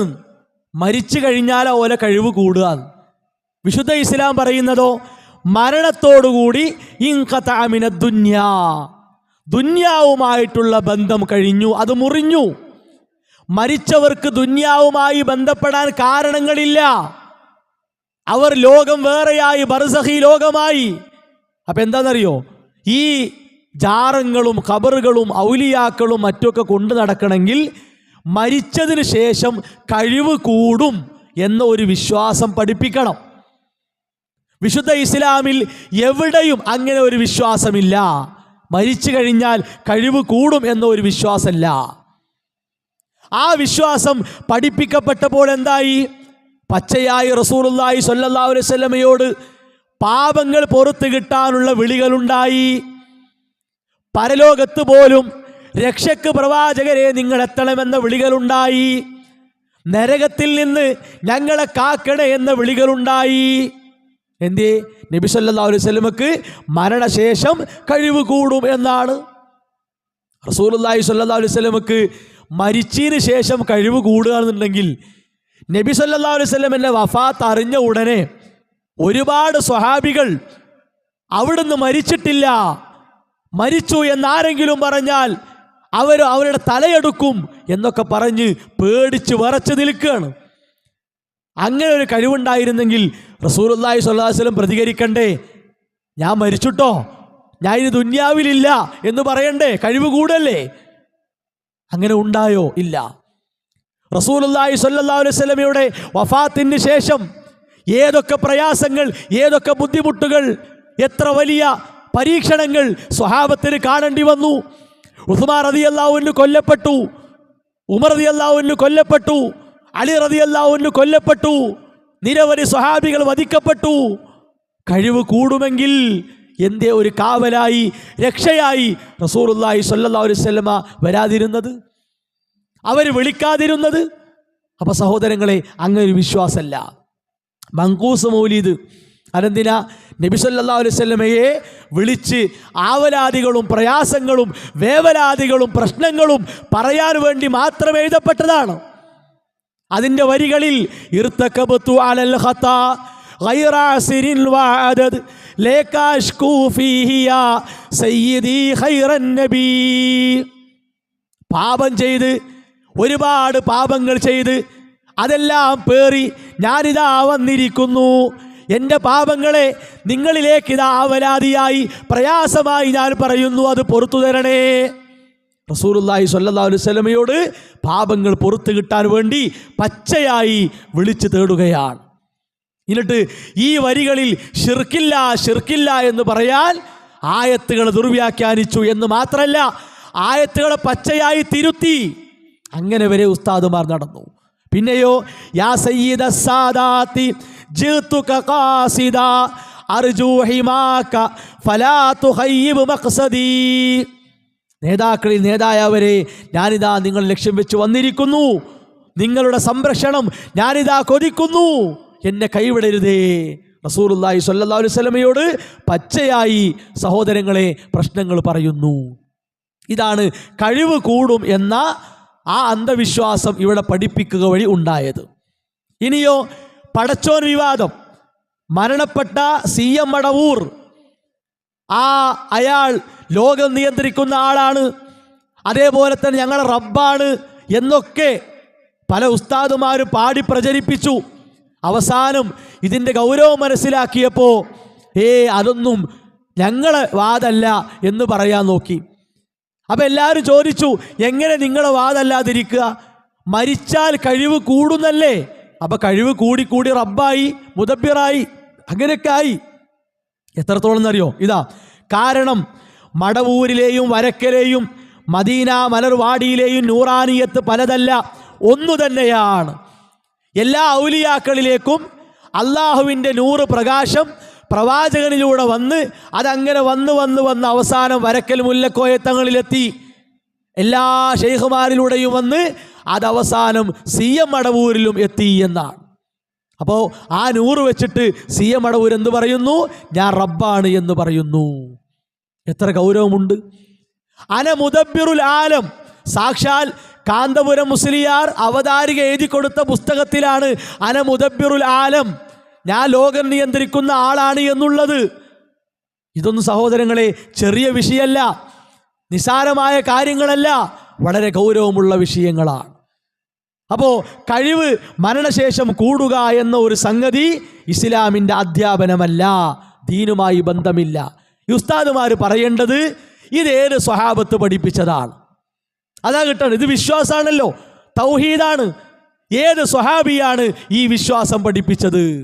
ശരി, ഇനി നോക്കൂ നിങ്ങൾ, ഹൃദയത്തിലുള്ള കാര്യങ്ങൾ വരെ CM മടവൂർ അറിയും എന്നാണ് കേട്ടോ. ഒരു ദിവസം എന്നോട് പറയുന്നു, നിങ്ങൾക്ക് ഇത്ര ഉറുപ്പിക, ഇത്ര അണ, ഇത്ര പൈസ കടമുണ്ട്. അണയാണെന്ന് ഇത്ര ഉറുപ്പിക, ഇത്ര അണ, ഇത്രയാന്ന് ഇപ്പൊ എനിക്ക് തന്നെ ഓർമ്മയില്ല. വലിയ സംഖ്യ ഒന്നുമില്ല, ഒരു 4000 പരം ഉറുപ്പിക. അത് വലിയ കടാണ്. അന്ന് നമുക്ക് വലിയ കടന്നല്ല. 4000 ഉറുപ്പികയും അതിൻ്റെ എന്തോ അണയും പൈസയും. നിങ്ങൾക്ക് കടമുണ്ട്, കൂട്ടി നോക്ക്, അത് ഇന്ന ദിവസം കൊണ്ട് വീടി പോകുന്നു. സഹോദരന്മാര്, ഞാൻ പോയി ഇരുന്ന് വളരെയധികം ആലോചിച്ച് കണക്ക് കൂട്ടിയപ്പോൾ ബഹുമാനപ്പെട്ട CM വലിയുള്ളാഹി പറഞ്ഞ കണക്ക് തന്നെ, ഒരു പൈ പോലും വ്യത്യാസമില്ല. അങ്ങനെ കുപ്പിയകത്തുള്ള വസ്തുവിനെ പോലെ കാണും ഞാൻ നിങ്ങളെ കൽബകം എന്നോവർ എന്ന് പറയുന്ന ഹൃദയത്തിൻ്റെ ഉള്ളിൽ ഉള്ള കാര്യങ്ങൾ പറഞ്ഞു തരുന്ന ബഹുമാനപ്പെട്ട CM വലിയുള്ളാഹി അവരുടെ പേരിലുള്ള ഒരു സ്ഥാപനമാണ് ഇവിടെ. അതുകൊണ്ട് കേട്ടല്ലോ സഹോദരങ്ങളെ, എത്ര ഗൗരവമുള്ളതാണ് ഇതൊക്കെ. സമൂഹത്തിൽ അറിയപ്പെട്ടവരാണ് ഇതൊക്കെ വിളിച്ചു പറയുന്നത്. ലാ ഇലാഹ ഇല്ലല്ലാ എന്ന കലിമത്തു തൗഹീദിനെ കുറിച്ച് കൃത്യമായ ഒരറിവ് ഉണ്ടെങ്കിൽ ഇങ്ങനെ ഒരു വർത്താനം പറയോ? ഹൃദയത്തിലുള്ളത് പറഞ്ഞു തരാൻ കഴിവുള്ള ആളാണ് ആര്? CM മടവൂർ. സഹോദരങ്ങളെ, ഇതാരെക്കുറിച്ച് ഖുർആൻ പറഞ്ഞ കാര്യമാണ്? പടച്ച റബ്ബിനെ കുറിച്ച് പരിചയപ്പെടുത്തിയതാണ്. യഅലമു ഖായിനത്തൽ അയുനി വമാ തുഖ്ഫിസ് സുദൂർ. കണ്ണിൻ്റെ കട്ടുനോട്ടം അറിയുന്നവൻ, ഹൃദയങ്ങളിലുള്ളത് അറിയുന്നവൻ അല്ലാഹുവാണ്. അതൊരാൾക്കും അറിയാനുള്ള കഴിവല്ല കൊടുത്തിട്ടില്ല, അതിനുള്ള ശേഷി അല്ല കൊടുത്തിട്ടില്ല. എത്ര ആയത്തുകളിലൂടെയാണ് ഇന്നല്ലാഹ നിശ്ചയം അല്ലാഹു അലീമും ബിദാത്തി സുദൂർ, ഹൃദയങ്ങളിലുള്ളത് അറിയുന്നവൻ അല്ലാഹുവാണ്. എത്ര ആയത്തുകളാണ്. അതുകൊണ്ട് സഹോദരങ്ങളെ, സഹോദരിമാരെ, വളരെ വേദനയോടെ കേൾക്കേണ്ടതാണ്. ഓരോ ഉമ്മമാരും നെഞ്ചത്ത് കൈവച്ച് ആലോചിക്കുക. ഇത്തരത്തിലുള്ള ഉസ്താദുമാർക്കല്ലേ സേവനം ചെയ്യുന്നത്? അള്ളയാണ് ഹൃദയത്തിലുള്ളത് അറിയും എന്ന് ഖുർആൻ പറയാ. ഉസ്താദുമാർ പറയാ മരിച്ചവരാണ് അറിയുക. ഇതാണ് സഹോദരങ്ങളെ, ഇതൊന്നും സ്വഹാബത്തിന്റെ വഴിയല്ല. ഇത് സ്വഹാബത്തിന്റെ വഴിയാണോ അല്ലയോ? ഉസ്താദുമാർ പറയട്ടെ, തെളിവ് കൊണ്ടുവരട്ടെ. ശരി, ഇനി നോക്കൂ നിങ്ങൾ. ബദരീങ്ങളെ വിളിച്ച് പ്രയാസമുണ്ടായപ്പോൾ പ്രാർത്ഥിച്ചു എന്ന് പച്ചയായി പറയുന്നത് കേൾക്കുക. നോളജ് സിറ്റിയുടെ പ്രവർത്തന മേഖലയിൽ ഒരുപാട് തടസ്സങ്ങളുണ്ടായി, ഒരുപാട് പ്രതിബന്ധങ്ങളുണ്ടായി. അപ്പോഴൊക്കെ നമ്മൾ ബദരീങ്ങളെ വിളിച്ചുകൊണ്ട് പ്രാർത്ഥിച്ചു.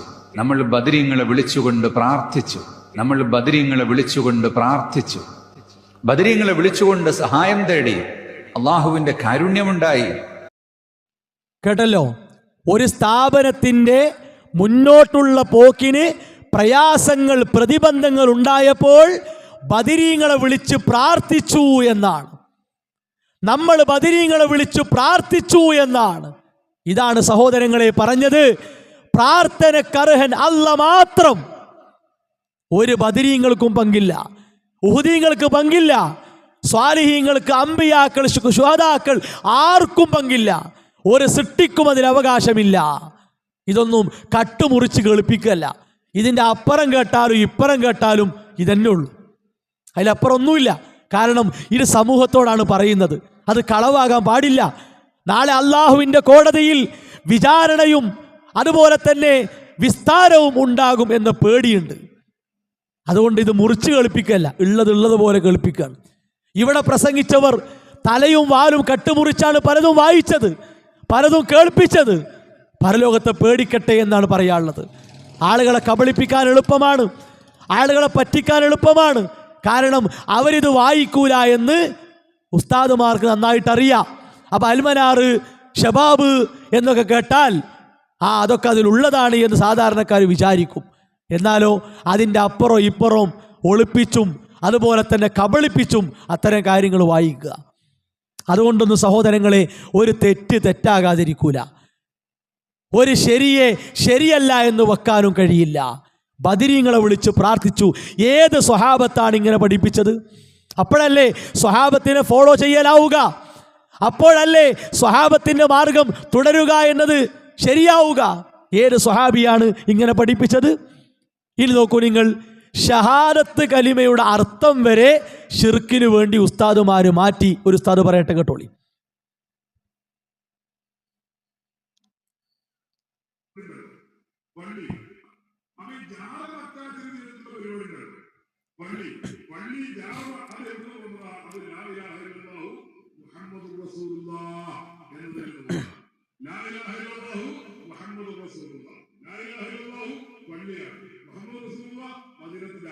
ഇത് രണ്ടും കൂടി ചേർന്നാണ് ദീനിന്റെ വളർച്ചയും പുരോഗതിയും എല്ലാ കാലത്തും ഉണ്ടായിരുന്നത്. അതിൽ നിന്ന് ജാറങ്ങളെ മാറ്റിവെക്കുന്നു എന്ന് പറഞ്ഞാൽ അതിന്റെ അർത്ഥം മുഹമ്മദ് റസൂലുള്ളാഹിയെ മാറ്റിവെക്കുന്നു എന്നാണ്. കേട്ടല്ലോ നിങ്ങള്? ജാറ വ്യവസായം കൊഴിപ്പിക്കാൻ വേണ്ടി ഷഹാദത്ത് കലിമയുടെ അർത്ഥം വരെ ഉസ്താദുമാർ മാറ്റി. ഈ ഉസ്താദാണ് ഖുർആനിലെ ആയത്തിനെ പച്ചയായി തിരുത്തിയ ആള്. ഇതുവരെ അത് പിന്നെ തെറ്റാണെന്ന് പോലും സമ്മതിച്ചിട്ടില്ല. ഖുർആനിലെ ആയത്തിനെ പച്ചക്ക് തിരുത്തിയ ആളാണ്. നിങ്ങൾ ആലോചിച്ച് നോക്കുകയാണ് സഹോദരങ്ങളെ, എന്താ ഈ പറഞ്ഞത്? അഷ്ഹദു അല്ലാ ഇലാഹ ഇല്ലല്ലാഹ് വഅഷ്ഹദു അന്ന മുഹമ്മദർ റസൂലുള്ളാഹ് സ്വല്ലല്ലാഹു അലൈഹി വസല്ലമ. ഇസ്ലാമിൻ്റെ പവിത്രമായ, സുന്ദരമായ, പരിശുദ്ധമായ ഈ കലിമത്തിന്, സാക്ഷ്യവാക്യത്തിന് ഇങ്ങനെ ഒരർത്ഥം ഏത് കാലഘട്ടത്തിൽ മദ്രസയിൽ പോലും ഒരു മുസ്ലിം പഠിച്ചിട്ടുണ്ടോ? ഇല്ല. ലാ ഇലാഹ ഇല്ലല്ലാഹ് എന്ന് പറഞ്ഞാൽ പള്ളി, മുഹമ്മദ് റസൂലുള്ളാഹി എന്ന് പറഞ്ഞാൽ ജാറം. പള്ളിയും ജാറവും കൂടി ചേർന്നുകൊണ്ടാണ് ഇസ്ലാം വളർന്നത്. ഇസ്ലാം അങ്ങനല്ല വളർന്നത്. ഇസ്ലാം വളർന്നത് അല്ലാ എന്ന് വിളിച്ചിട്ടാണ്. റസൂലുള്ളാഹി സ്വല്ലല്ലാഹു അലൈഹി വസല്ലമയെ കൃത്യമായി അനുധാവനം ചെയ്ത് പിൻപറ്റിയാണ് ഇസ്ലാം വളർന്നത്. ജാർ എവിടുന്നുണ്ടായതാ? ഉത്തമ തലമുറ ആദ്യത്തെ 300 വർഷങ്ങളിൽ ജാറമെന്ന ഏർപ്പാടുണ്ടോ? ഒരു സ്വഹാബിക്ക് ജാറവുമായി ബന്ധമുണ്ടോ? ഉണ്ടെങ്കിൽ കൃത്യമായ ശരിയായ തെളിവ് കാണിച്ചിരണം. ധൈര്യമായി പറയുന്നു. ആ വിഷയത്തിൽ അൽഹംദുലില്ലാ, അത് പറയാൻ ഒരു പേടിയും ഇല്ല. ലോകത്ത് സൂഫികളും ഷിയാക്കളും കെട്ടിച്ചമച്ചുണ്ടാക്കിയ കള്ളക്കഥകളല്ലാതെ സ്വീകാര്യമായ ഒരു പൊട്ട്, ഒരു കഷ്ണം ഹാജരാക്കാൻ ഇതുവരെ സാധിച്ചിട്ടില്ല. ഉസ്താദുമാർ എഴുതി കൂട്ടിയ പല പുസ്തകങ്ങളുണ്ട്. ആ പുസ്തകങ്ങളുടെ ഉള്ളിലൊക്കെ ഇല്ലാത്ത കഥകൾ, ദുർബലമായ കഥകൾ, നിർമ്മിത കഥകൾ, അതല്ലാതെ വേറൊന്നും കാണൂല. അത്ര ഉറപ്പോടെ തന്നെ പറയണത്. ഉത്തമ തലമുറയിൽ നിന്ന് സ്വഹാബത്തോ താബിയുകളോ അവരെ പിൻപറ്റിയവരോ ഒരു ജാറം നിർമ്മിച്ചത് കൊണ്ടുവരും. അപ്പോഴല്ലേ തെളിവാകുള്ളൂ. നബി സല്ലല്ലാഹു അലൈഹി വസല്ലമയുടെ ഖബർ കണ്ട സ്വഹാബിയാണ് ജാബിർ റളിയല്ലാഹു അൻഹു. ആ ഹദീസ് ഉസ്താദുമാർ കണ്ടിട്ടില്ലേ? എന്താ ജാബിർ റളിയല്ലാഹു അൻഹു പറഞ്ഞത്? ഒരു ചാട് പറഞ്ഞാൽ സിമന്റ് കുമ്മായൊക്കെ ഇട്ട് തേച്ച് മിനുക്കിയതാ ആണോ? കല്ല് വെച്ച് കെട്ടിപ്പടുത്തതാണോ? അല്ല. ഇപ്പൊ ഈ അടുത്ത് കൂറത്തങ്ങൾ സമസ്തയിലെ പ്രധാന ഉസ്താദായിരുന്നു. അദ്ദേഹത്തിൻ്റെ മരണശേഷം ഒരു പകൽ നോക്കൂ നിങ്ങൾ, അവിടെ ജാറം പൊങ്ങിയില്ലേ? കല്ല് വെച്ച് സിമന്റ് വെച്ച് കെട്ടിപ്പടുത്തില്ലേ? റസൂലുള്ളാഹി സ്വല്ലല്ലാഹു അലൈഹി വസല്ലമ വഫാത്തായിട്ട് നമ്മുടെ ഉമ്മ ആയിഷ റളിയല്ലാഹു അൻഹയുടെ ഹുജറയിൽ അവിടുന്ന് മറവ് ചെയ്തിട്ട് ഏത് സ്വഹാബിയാണ് അങ്ങനെ ചെയ്തത്? അന്ന് കല്ലും സിമന്റും കുമ്മായും ഒക്കെ ഉണ്ടല്ലോ, പണി അറിയുന്നവരുണ്ടല്ലോ. ആരെങ്കിലും ചെയ്തോ? ഇല്ല. റസൂലുള്ളാഹി സ്വല്ലല്ലാഹു അലൈഹി വസല്ലമ അങ്ങനെ പഠിപ്പിച്ചിട്ടില്ല. ജാറത്തിന് വേണ്ടി, ഷിർക്കിന് വേണ്ടി ഷഹാദത്ത് കലിമയുടെ അർത്ഥം പോലും ഉസ്താദുമാർ പച്ചയായിട്ട് തിരുത്തി. ഇനി ഒരു കാര്യം കൂടി പറയാം സഹോദരങ്ങളെ, ഷാഫിഈ മദ്ഹബിന്റെ പിൻബലം പോലും എന്തിനില്ല? ഖബർ കെട്ടിപ്പൊക്കാനില്ല. അതിനു പോലുമില്ല. ഉസ്താദുമാർ ഇവിടെ വായിച്ച് കേൾപ്പിക്കണം. എന്ത് അറിയോ? ഇമാം നവവി റഹിമഹുല്ലയുടെ കിതാബ് ശറഹ് മുസ്ലിം അതോടെ വായിക്കണം. അതേപോലെ ഇമാം ഷാഫിഈ റഹിമഹുല്ലയുടെ അല്ലും ഇവിടെ വായിക്കണം. എന്താ അതിലൊക്കെ ഉള്ളത്? ഷാഫിഈ മദ്ഹബിന്റെ അഭിപ്രായം, ഷാഫിഈ മദ്ഹബ് സ്വീകരിച്ചത് ഖബർ കെട്ടിപ്പൊക്കൽ ഹറാം എന്നാ അതിലുള്ളത്. ഹലാല് എന്നല്ല, സുന്നത്ത് എന്നല്ല, ഹറാം. ഇമാം ഷാഫിഈ റഹിമഹുല്ലയുടെ കാലഘട്ടത്തിൽ ഉയർത്തപ്പെട്ട ഖബറുകൾ തകർക്കുന്നത് അദ്ദേഹം കണ്ടിരുന്നു. ഫുഖഹാക്കൾ അതിന് അനുമതി കൊടുത്തതിന് അദ്ദേഹം സാക്ഷിയായിരുന്നു. ഇതൊക്കെ കിതാബിലുള്ളതാണ്. റസൂലുള്ളാഹി സ്വല്ലല്ലാഹു അലൈഹി വസല്ലമ അവിടുന്ന് വിലക്കിയതാണ്. അലി റളിയല്ലാഹു അൻഹുവിനെ പഠിപ്പിച്ചതാണ്. അലി റളിയല്ലാഹു അൻഹു അബുൽ ഹയ്യാജ് റളിയല്ലാഹു അൻഹുവിനെ പഠിപ്പിച്ചതാണ്. എന്നിട്ട് ആ ജാറ വ്യവസായത്തിന് വേണ്ടി ഷഹാദത്തിന്റെ അർത്ഥം തിരുത്തുക. എത്ര ഗൗരവമുണ്ട് ആലോചിക്കുക. ഇത് സ്വഹാബത്തിന്റെ പാരമ്പര്യമാണോ? ഇതിൽ എങ്ങനെയാണ് സ്വഹാബത്തിനെ ഫോളോ ചെയ്യുക? അതിനാണ് തെളിവ് കിട്ടേണ്ടത്. ശരി, ഇനി നോക്കൂ നിങ്ങൾ, ഏത് പ്രശ്നം ഉണ്ടായാലും, ദുന്യാവിലും ആഖിറത്തിൽ എന്ത് പ്രശ്നം ഉണ്ടായാലും ആരെ വിളിക്കണം എന്നാണ് ഉസ്താദുമാർ പഠിപ്പിക്കുന്നത്. കേട്ടോളി. ഇതാണ് മടവൂര് ശൈഖുന. എന്ത് വിഷമം വരുമ്പോഴും, എന്ത് പ്രയാസം വരുമ്പോഴും, എന്ത് ദുഃഖം വരുമ്പോഴും അവിടുത്തെയുടെ പേരിൽ ഒരു യാസീൻ ഓതിയാൽ, അവിടുത്തെയുടെ പേരിൽ ഒരു ഫാത്തിഹ ഓതിയാൽ അത് ആത്മാർത്ഥമായാണോ ഓതുന്നത് ഉമ്മമാരെ, ഉടനെ തന്നെ പരിഹാരം അവിടുന്ന് നൽകുന്നു. കേട്ടില്ല സഹോദരങ്ങളെ? അതിൽ ഓരോ വരികൾ എടുത്തു നോക്കാം നിങ്ങൾ. എന്തൊരു പ്രശ്നം ഉണ്ടായാലും, ഏതൊരു പ്രശ്നം ഉണ്ടായാലും CM മടവൂരിനെ വിളിച്ച് ആത്മാർത്ഥമായിട്ട് അത് ഓതി വിളിച്ചാൽ CM മടവൂര് പരിഹരിച്ചു തരും. ഒരു കാര്യം പ്രത്യേകം നമ്മൾ അറിയേണ്ടത് എന്താ അറിയോ? സ്വന്തം ജീവിതത്തിൽ ശാരീരികമായി അസുഖമുണ്ടായിട്ട് അതുപോലും പരിഹരിക്കാൻ കഴിയാത്ത ആളായിരുന്നു. അവസാനം ഭ്രാന്ത് പിടിപെട്ടാണ് അദ്ദേഹം മരിച്ചത്. അതൊക്കെ അസുഖല്ലേ? എന്താ അതൊക്കെ മാറ്റാത്തത്? അപ്പൊ ചോദിച്ചപ്പോൾ പറഞ്ഞത് സ്വന്തത്തിന് അസുഖം ഉണ്ടായാൽ മാറ്റുക എന്നുള്ളത് അദ്ദേഹം അങ്ങനെ കാര്യത്തിൽ കണ്ടില്ല എന്നാ. നല്ല ഉത്തര, എളുപ്പമാണല്ലോ. ബാക്കി അസുഖം പറഞ്ഞ് ആര് വന്നാലും അത് വേണ്ട ഇത് വേണ്ട എന്ന് പറഞ്ഞിരുന്ന അദ്ദേഹത്തിന് സ്വന്തത്തിന് അസുഖം ഉണ്ടായപ്പോൾ എനിക്ക് അസുഖം വേണ്ട എന്ന് പറയാൻ എന്തോ ഒരു നാണം. സഹോദരങ്ങളെ, ഇതൊക്കെ ജനങ്ങളെ പറഞ്ഞ് പറ്റിക്കാൻ എളുപ്പമാണ്, അതിനവർക്ക് സാധിക്കും. പക്ഷേ ഇങ്ങനെ ഒരു വിശ്വാസം ഇസ്ലാമിൻ്റെ അരികിൽ, ഇസ്ലാമിൻ്റെ അകത്ത് എവിടെയും കാണുക സാധ്യമല്ല. എന്തുകൊണ്ട്? വിശുദ്ധ ഖുർആൻ പഠിപ്പിച്ച കാര്യം നോക്കൂ നിങ്ങൾ. അമ്മയുജീബുൽ മുൽത്തറ ഇദാ ദആഉ, പ്രയാസപ്പെടുന്നവൻ, ദുരിതമനുഭവിക്കുന്നവൻ വിളിച്ച് പ്രാർത്ഥിച്ചാൽ ഉത്തരം കൊടുക്കുന്നവനാരാണ്? ഇത് ഖുർആന്റെ ചോദ്യമാണ്. അതുപോലെ തന്നെ പ്രയാസങ്ങളെ നീക്കുന്നവനാരാണ്? അതിൻ്റെ ഉത്തരം ഖുർആൻ പറഞ്ഞത് മൊഹീദ്ദീൻ ശൈഖ് എന്നല്ല, മമ്പുറം തങ്ങൾ എന്നല്ല, പ്രവാചകന്മാരെന്നല്ല, സ്വാലിഹീങ്ങൾ, ശുഹദാക്കൾ എന്നല്ല, മറിച്ച് അള്ളയാണ്. അള്ളയാണ് ഉത്തരം കൊടുക്കുന്നവൻ. എന്തേ? ഈ കാര്യം അല്ലാഹു സുബ്ഹാനഹു വ തആലക്ക് പഠിപ്പിക്കാൻ അറിയില്ലേ? ഇങ്ങനെ ഒരു നിയമം ഇസ്ലാമിൻ്റെ നിയമമാണെങ്കിൽ അത് ആയത്തിലുള്ള അല്ലാഹു പഠിപ്പിക്കൂലേ? റസൂലുള്ളാഹി സ്വല്ലല്ലാഹു അലൈഹി വസല്ലമ അവിടുത്തെ ഹദീസുകളിലൂടെ പഠിപ്പിക്കൂലേ? സഹോദരങ്ങളെ, അള്ളാഹുവും അള്ളാഹുവിൻ്റെ ദൂതരും പഠിപ്പിക്കാത്ത ഒന്ന് എങ്ങനെ ഇസ്ലാമായി നമ്മൾ എടുക്കും? ഈ ആയത്ത് പ്രകാരം ഈ വാദം തെറ്റാണ് സഹോദരങ്ങളെ, ശിർക്കാണ്, ഒരു സംശയവുമില്ല.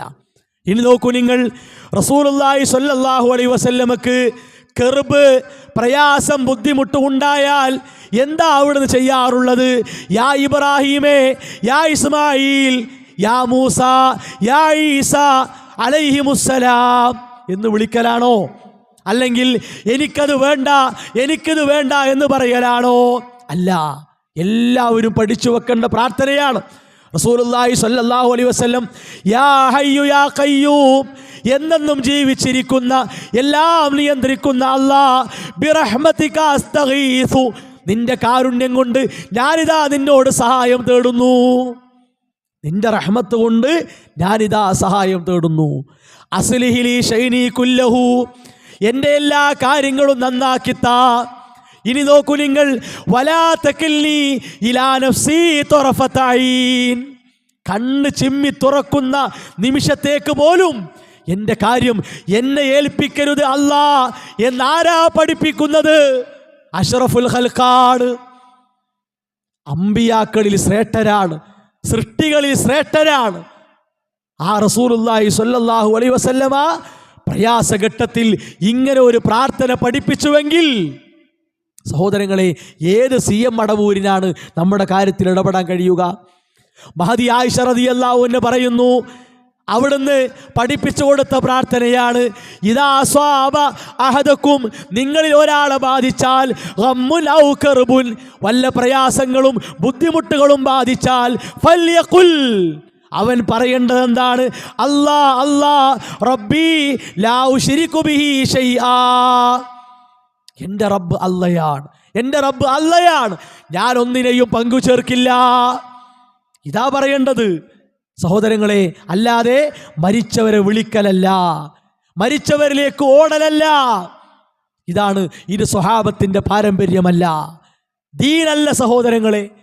ഇനി ഏറ്റവും അപകടകരമായ കാര്യത്തെ കേട്ടോളൂ. അഥവാ ഇവർ പഠിപ്പിക്കുന്ന ഔലിയാക്കൾ, അവര് ഉയർന്ന് ഉയർന്ന് ഉയർന്ന് അവസാനം അടിമ എന്നതിൽ നിന്ന് പോയിട്ട് പിന്നെ അബ്ദ് എന്ന് പറയാൻ പറ്റൂല, അബ്ദുള്ള, അബ്ദുറഹ്മാൻ, അബ്ദുൽ മലിക് എന്നൊന്നും പറയാൻ പറ്റൂല. പിന്നെ റഹ്മാൻ, റഹീം, ഖുദ്ദൂസ്, അള്ളാന്റെ പേരുകളൊക്കെ പിന്നെ അടിമക്കാണ് കൊടുക്കുക. കേട്ടോളി, ഒരു ഉസ്താദ് പറയണു, പാപികളായ ആഖിറുസ്സമാനിലെ ചണ്ടിച്ചവറുകളായ എനിക്കും നിങ്ങൾക്കും ദുനിയാവും തരാനുള്ളത് ശൈഖുനയാണ്, ആഖിറവും നൽകാൻ സാധിക്കുന്നവർ ശൈഖുന തന്നെ. നമ്മുടേതായി നമ്മുടെ കരങ്ങളിൽ ഒന്നുമില്ല. എന്റെ ഒരു യാഥാർത്ഥ്യമാണ് ഞാൻ നിങ്ങളുമായി പങ്കുവെക്കുന്നത്. എന്ത് ഖൈറുകളുണ്ടോ, എന്തെല്ലാം നിഅമത്തുകളുണ്ടോ, എല്ലാം മടവൂരിൽ നിന്നാണ് നമുക്ക് ലഭിച്ചുകൊണ്ടിരിക്കുന്നത്. കേട്ടല്ലോ? ഇൻഷാ അല്ലാഹ് അതിന് ശേഷം ക്ലിപ്പ് കാണിക്കാം. എല്ലാ ഖൈറും കിട്ടുന്നത് മടവൂരിൽ നിന്നാണ്. ഒരു ഉസ്താദ് അയാൾ അനുഭവമായിട്ട് പറയാണ്. സഹോദരങ്ങളെ, ഇവര് ഖുർആനിക വചനങ്ങളിലൂടെ ജീവിച്ചിട്ടുണ്ടോ? അത് ചോദിക്കാനുള്ളത്. ഖുർആനിക വചനങ്ങളിലൂടെ ജീവിക്കുന്നവരാണെങ്കിൽ എങ്ങനെ സഹോദരങ്ങളെ ജനങ്ങൾക്ക് മുമ്പിൽ ഇത് പറയാൻ സാധിക്കുക? മഹാനായ അനസ് റളിയല്ലാഹു അൻഹു പറയുന്നു, റസൂലുള്ളാഹി സ്വല്ലല്ലാഹു അലൈഹി വസല്ലമ ഏറ്റവും കൂടുതലായി അധികരിപ്പിച്ചിരുന്ന പ്രാർത്ഥന റബ്ബനാ ആതിനാ ഫിദ്ദുനിയാ ഹസന വഫിൽ ആഖിറതി ഹസന വഖിനാ അദാബന്നാർ. ഇതറിയാത്ത ആളുകളുണ്ടോ? എന്താ ഇതിൻ്റെ അർത്ഥം? റബ്ബനാ, ഞങ്ങളെ റബ്ബേ എന്നാണ്, ഞങ്ങൾക്ക് നൽകണേ, ഫിദ്ദുനിയാ, ദുനിയാവിലും, വഫിൽ ആഖിറ, ആഖിറത്തിലും. ഉണ്ടോ? ദുനിയാവിലും ആഖിറത്തിലും ഞങ്ങൾക്ക് നൽകണേ ഹസനത്തൻ, നന്മ. എന്ത് നന്മയും ദുനിയാവിലും ആഖിറത്തിലും നമുക്ക് തരാൻ കഴിവുള്ളവൻ, പ്രാപ്തിയുള്ളവൻ, ശക്തിയുള്ളവൻ അല്ലാഹ് മാത്രമാണ്. ഒരു ശൈഖുമില്ല, ഒരു ബീവിയില്ല, ഒരു വസ്തുവില്ല, മരിച്ചോരും ജീവിച്ചോരും ആരുമില്ല. ഇതൊക്കെ സി എം മടവൂർ എന്ന് പറഞ്ഞാണ്. റസൂലുള്ളാഹി സ്വല്ലല്ലാഹു അലൈഹി വസല്ലമയുടെ പ്രാർത്ഥന അല്ലാഹുമ്മ അസ്ലിഹ് ലീ ദീനി, അല്ലാഹ് എനിക്കെൻ്റെ ദീൻ ശരിയാക്കി തരണേ. അല്ലാഹുമ്മ അസ്ലിഹ് ലീ ദുനിയായ, അല്ലാഹുവേ എൻ്റെ ദുനിയാവിനെ ശരിയാക്കി തരണേ. അല്ലാഹുമ്മ അസ്ലിഹ് ലീ ആഖിറതി, എൻ്റെ ആഖിറത്തെ ശരിയാക്കി തരണേ. ഇതൊക്കെ എന്തിനാ പ്രാർത്ഥിച്ചത്? ഇങ്ങനെ ഒരു കഴിവ് അല്ലാഹ് കൊടുത്തതാണെങ്കിൽ നബി സല്ലല്ലാഹു അലൈഹി വസല്ലമക്ക് സ്വയം ഏറ്റെടുത്തൂടെ? നബി സല്ലല്ലാഹു അലൈഹി വസല്ലം പറഞ്ഞ എന്താ? എനിക്ക് തന്നെയും ഗുണത്തെയും ദോഷത്തെയും അധീനപ്പെടുത്താനോ തടുക്കാനോ കഴിയൂല. എനിക്ക് തന്നെയും ഉപകാരത്തെ എടുക്കാനോ ഒരു ഉപദ്രവത്തെ തടുക്കാനോ കഴിയില്ല. ഖുർആന്റെ ആയത്താണ്. റസൂലുള്ളാഹി സ്വല്ലല്ലാഹു അലൈഹി വസല്ലം പഠിപ്പിക്കുകയാണ്. ഉസ്താദുമാർ പറയുന്നു, സി എം മടവൂർ, മമ്പുറം തങ്ങൾ, മുഹിയുദ്ദീൻ ഷെയ്ഖ്. ഇത് സ്വഹാബത്തിന്റെ വിശ്വാസമല്ല, ഇത് സ്വഹാബത്തിനെ ഫോളോ ചെയ്യലല്ല. ഇതൊക്കെ സൂഫിസമാണ്, ഷിയായിസമാണ്, ജാഹിലിയത്തിലെ വിശ്വാസമാണ്. ഇനി കേട്ടോളി, നിങ്ങൾ അള്ളാന്റെ നാമങ്ങളൊക്കെ സി എം മടവൂരിന് വകവെച്ചു കൊടുക്കുന്നു. കേട്ടോളി. അത് കഴിഞ്ഞിട്ടും ഒരു വലിയ കുത്തുബ് എന്ന സ്ഥാനത്തേക്ക് എത്തി. അവിടുന്ന് അങ്ങോട്ട് മേലോട്ട് പോയാലും വീണ്ടും തീരാത്ത മക്കാമുകളുണ്ട്. പക്ഷേ അബ്ദുള്ള കഴിഞ്ഞാൽ പിന്നെ അടിമ അബ്ദ് ഇല്ലാതെ ഹുറായി മാറുക ചെയ്യാം. പിന്നെ അടിമക്ക് അബ്ദുൽ ഖാദിർ എന്ന് പറയൂല, പിന്നെ ഖാദിർ എന്നാ പറയാം. ഓരോ ഇസ്മു അച്ചൽക്കാണ് പിന്നെ അടിമക്ക് തുലാക്കാക്ക്. റഹീം, മലിക്ക്, ഖുദ്ദൂസ്, സലാം, മുഅ്മിന്, മുഹൈമിന്, ഇങ്ങനെ പിന്നെ അടിമനെ പറ്റി പറയാം. അടിമയെക്കുറിച്ച് അല്ലാഹു തആല ഹുറാക്കി. അടിമ അൽ ഹുർരിയത്തുൽ വഹബിയ എന്നാണ് ഔലിയാക്കന്മാർ അതിനെ പറ്റി പറയാം. ആ സ്ഥാനത്തേക്ക് എത്തിയാലോ? ആ സ്ഥാനത്തേക്ക് എത്തിയാൽ പിന്നെ വലിയ ഞാന് എന്നേ പറയൂ. ആ ഞാന് അള്ളാഹു ആയിരിക്കും. അത് ഞാൻ വേണ്ടാന്ന് വെച്ചു. അള്ളാഹ് പറയേണ്ടതൊക്കെ ഇങ്ങനെ പറയാ ചെയ്യുക. അള്ളാഹുവിന്റെ ഭാഷയിലാണ് സംസാരിക്കുക, വലിയ സംസാരിക്കുക. സി എം വലിയുല്ലാഹി ഖദ്ദസുല്ലാഹു സിർറഹുൽ അസീസ് അവരുടെ ലാസ്റ്റ് സമയങ്ങളിൽ ഞാൻ മാത്രമായിരുന്നു പറഞ്ഞിരുന്നത്. അത് വേണ്ട, അള്ളാഹു സുഖപ്പെടുത്തട്ടെ എന്നല്ല, അത് വേണ്ട, ഞാൻ ബാത്തിലാക്കി, ഇങ്ങനെയൊക്കെ ആയിരുന്നു അവർ പറഞ്ഞിരുന്നത്. കേട്ടില്ല സഹോദരങ്ങളെ? ഇത് ഗൗരവമുണ്ടോ ഇല്ലേ? ഈ അപകടകരമായ അന്ധവിശ്വാസം സമൂഹത്തിന് തിരുത്തി കൊടുക്കണോ വേണ്ടേ? വളരെ ഗൗരവത്തിൽ ആലോചിക്കണം. ഈ അടുത്തുപോലും ഇത് കാണിച്ച് സമൂഹത്തിന് വിശദീകരിച്ചപ്പോ പ്രധാനപ്പെട്ട ഉസ്താദുമാർ പറഞ്ഞ എന്താറിയോ? അങ്ങനെ ആരെങ്കിലും പറഞ്ഞാൽ ഓൻ ദീനിന്ന് പുറത്താണ്. ആരത് പറഞ്ഞത്? ഇതൊരു സഖാഫിയാണ്. മർക്കസിലെ ഉസ്താദായിരുന്നു അദ്ദേഹം, നിസാരക്കാരനല്ല. ഈ ഉസ്താദിനെ തിരുത്തി കൊടുക്കേണ്ട ബാധ്യതല്ലേ? തിരുത്തി കൊടുക്കട്ടെ. അല്ലാതെ മുവഹിദുകൾക്ക് നേരെ കുറ്റം പറയലും അവർ പഴച്ചോലാണ്, അവർ തീവ്രവാദികളാണ്, ഭീകരവാദികളാണ് എന്നൊക്കെ പറഞ്ഞ് തടി രക്ഷപ്പെടുത്താൻ എളുപ്പാ. സെലഫികൾ ഭീകരവാദികളും തീവ്രവാദികളും നല്ല രസമുണ്ട് അല്ലേ? ലോകത്ത് ആത്മാർത്ഥമായി പഠിച്ചാരും അങ്ങനെ കണ്ടെത്തിയിട്ടില്ല. പിന്നെ ഇസ്ലാമിനോട് വിദ്വേഷം വെച്ച് പുലർത്തുന്ന, ഇസ്ലാമിനെ നല്ല നിലയിൽ കൊണ്ടു നടക്കുന്ന ആളുകളെ ക്രൂശിക്കണം, വേദനിപ്പിക്കണം, അവരെ പ്രയാസപ്പെടുത്തണം, അവരെ ബുദ്ധിമുട്ടിക്കണം, അവരുടെ മുന്നോട്ടുള്ള പോക്കിന് വിഘാതം സൃഷ്ടിക്കണം. എന്ന ആ ദുഷിച്ച മനസ്സുമായി ജീവിക്കുന്നവരാണ്. അത് രാഷ്ട്രീയ രംഗത്താകട്ടെ, മതരംഗത്താകട്ടെ, സാമൂഹിക രംഗത്താകട്ടെ, ലോകാടിസ്ഥാനത്തിലാകട്ടെ, എവിടെയായിരുന്നാലും അങ്ങനെയുള്ള കാഴ്ചപ്പാടുള്ളവർ മാത്രമാണ് സലഫികൾ, ഭീകരവാദികൾ, തീവ്രവാദികൾ. അല്ലേ? അതൊക്കെ ലോകത്ത് അറിവുള്ളവർ കൈകാര്യം ചെയ്താലേ അതിൻ്റെ അപകടം മനസ്സിലാവും. അപ്പം അങ്ങനത്തെ വർത്താനം പറഞ്ഞിട്ടല്ല പോകേണ്ടത്. ഇത്തരം ദുഷിച്ച കാര്യങ്ങളെയാണ് ശരിയാക്കിയെടുക്കേണ്ടത്. എന്താ ഈ പറഞ്ഞത്? ആരാ സഹോദരങ്ങളെ? ആരെക്കുറിച്ച് പറഞ്ഞതാണ്? അള്ളാഹിനെ കുറിച്ച് പറഞ്ഞത്. ഹുവല്ലാഹുല്ലദീ ലാ ഇലാഹ ഇല്ലാഹു. അല്ലാഹ് ആരാണ്? അവൻ ഏകാരാധ്യനാണ്. ഇത് ഖുർആൻ പറഞ്ഞതല്ലേ? അൽ മലിക്കുൽ ഖുദ്ദൂസുസ് സലാമുൽ മുഅ്മിൻ അൽ മുഹൈമിനുൽ അസീസുൽ ജബ്ബാറുൽ മുതകബ്ബിർ. ഇതൊക്കെ ആരുടെ നാമങ്ങളാ? അള്ളാഹിൻ്റെ നാമങ്ങൾ. സൂറത്തുൽ ഹശറിൻ്റെ അവസാനത്തിൽ എത്ര സൗന്ദര്യമാണ്, എത്ര ഭംഗിയാണ് അള്ളാഹുവിൻ്റെ ഓരോ നാമങ്ങൾ. ആ നാമങ്ങളൊക്കെ ഈ മരിച്ചവർക്ക് വകവെച്ച് കൊടുക്കുന്നു. പിന്നെ അബ്ദ് എന്ന് പറയാൻ പറ്റൂല. പിന്നെ ഞാൻ പറഞ്ഞു അനല്ല, ഞാനല്ല. അപ്പൊ സ്വാഭാവികമായിട്ടും CM മടവൂര് റബ്ബാന്ന് പറയും. കാരണം എന്താ? പിന്നെ അബ്ദ് റബ്ബ് എന്ന് പറയാൻ പറ്റൂല. അബ്ദു റബ്ബ് എന്ന് പറയാൻ പറ്റൂല. അതാണ് സൂഫികൾ. ആ വിശ്വാസമാണ് ഇവിടെ സമസ്ത കൊണ്ട് നടക്കുന്നത്. ഇതിൽ സാധാരണക്കാരെ കുറ്റപ്പെടുത്താൻ പറ്റൂല. ഉസ്താദുമാരെ ഇത്തരം കാര്യങ്ങൾ കേൾക്കുമ്പോൾ അത് ശരിയാന്ന് വിചാരിക്കുകയാണ്. നിങ്ങൾ ആലോചിക്കണം, ഇത് CM സ്മരണിക. ഇവിടെ അള്ളാഹുവിൻ്റെ നാമങ്ങളിലും അതുപോലെ തന്നെ അള്ളാഹുവിൻ്റെ വിഷയത്തിലൊക്കെ മുജാഹിദുകൾ ആകെ പ്രശ്നത്തിലാണ്. അവരതാ കാഫറുകളായി, മുശിരിക്കുകളായി അങ്ങനെ പറഞ്ഞു കിടക്കുകയാണ് എന്നൊക്കെ പരാതി പറഞ്ഞല്ലോ. അതാ പറഞ്ഞത്, വാലും തലയും മുറിച്ചു വായിച്ചാൽ അങ്ങനെ പറയേണ്ടി വരും. ഇത് വാലും തലയും മുറിച്ചു വായിക്കുകയല്ല. ഈ CM സ്മരണികയിൽ എന്താ പറഞ്ഞത്? ഇഷ്ടദാസന്റെ കണ്ണും കാതും കയ്യും കാലും ഞാനാകുമെന്ന് അള്ളാഹു ഖുദ്സിയായ ഹദീസിലൂടെ പറഞ്ഞത് നാം നേരത്തെ മനസ്സിലാക്കിയിട്ടുണ്ട്. അള്ളാഹിൻ്റെ ഔലിയാക്കളെ പറ്റി അതാരാ അള്ളാഹിൻ്റെ ഔലിയാകുക എന്ന് പറയാൻ പറ്റൂല. നല്ല സൂക്ഷ്മതയോടുകൂടി സൽക്കർമ്മങ്ങൾ ചെയ്ത് അള്ളാഹിനെ ഓർത്ത് ജീവിച്ച എല്ലാവർക്കും അള്ള കണക്കാക്കിയാൽ കിട്ടുന്ന പദവിയാണത്. അതിന് പ്രത്യേക വേഷവും മുണ്ടും തലപ്പാവും തൊപ്പിയും കുപ്പായും ഒന്നും ആവശ്യമില്ല. ദീനനുസരിച്ച് ജീവിച്ചാൽ മതി. അങ്ങനെയുള്ള ആളുകൾക്ക് അള്ള കൊടുക്കുന്നൊരു സൗഭാഗ്യമാണ് എന്ത് അറിയോ? അവർക്ക് നല്ലതേ കാണാൻ തോന്നുള്ളൂ, നല്ലതേ വാങ്ങാൻ തോന്നുള്ളൂ, നല്ലതിലേക്ക് നടക്കാനേ തോന്നുള്ളൂ, നല്ലതേ കേൾക്കാൻ തോന്നുള്ളൂ, വേണ്ടാത്തരത്തേക്ക് പോകാൻ തോന്നൂല. ഇതാണ് ഹദീസ്. ഈ ഹദീസ് എടുത്തു വെച്ചിട്ട് പറയുന്നു, എന്താ അതിൻ്റെ അർത്ഥം? അള്ള കേൾക്കുന്നത് പോലെ കേൾക്കുകയും കാണുകയും പ്രവർത്തിക്കുകയും ചെയ്യുക എന്നാണ് ഇതിൻ്റെ വിവക്ഷയെന്ന് പണ്ഡിതന്മാർ പഠിപ്പിച്ചിട്ട് വിവരിച്ചിട്ടുണ്ട്. അള്ള കേൾക്കുന്ന പോലെ കേൾക്കുക, അള്ള കാണുന്ന പോലെ കാണുക, അള്ള പ്രവർത്തിക്കുന്ന പോലെ പ്രവർത്തിക്കുക. സഹോദരങ്ങളെ, എന്താ അടിമയും ഉടമയും തമ്മിലുള്ള വ്യത്യാസം? ഇത് വായിച്ച ഒരാൾക്ക് അടിമയും ഉടമയും തമ്മിലുള്ള വ്യത്യാസം എങ്ങനെ വേർതിരിക്കാൻ സാധിക്കും? അപ്പോഴും പറയും അത് കൊടുത്ത കഴിവാണ്. അങ്ങനെ ഉണ്ടോന്ന്? അള്ളാനെ പോലെ ആകാൻ അള്ള കഴിവ് കൊടുക്കുക എന്ന് പറഞ്ഞാൽ എന്താ അർത്ഥം? അള്ളാഹ്ക്ക് പങ്കാളികൾ എടുത്തു അല്ലേ അർത്ഥം? അതെങ്കിലും ഉസ്താദ്മാർക്ക് ആലോചിച്ചൂടെ?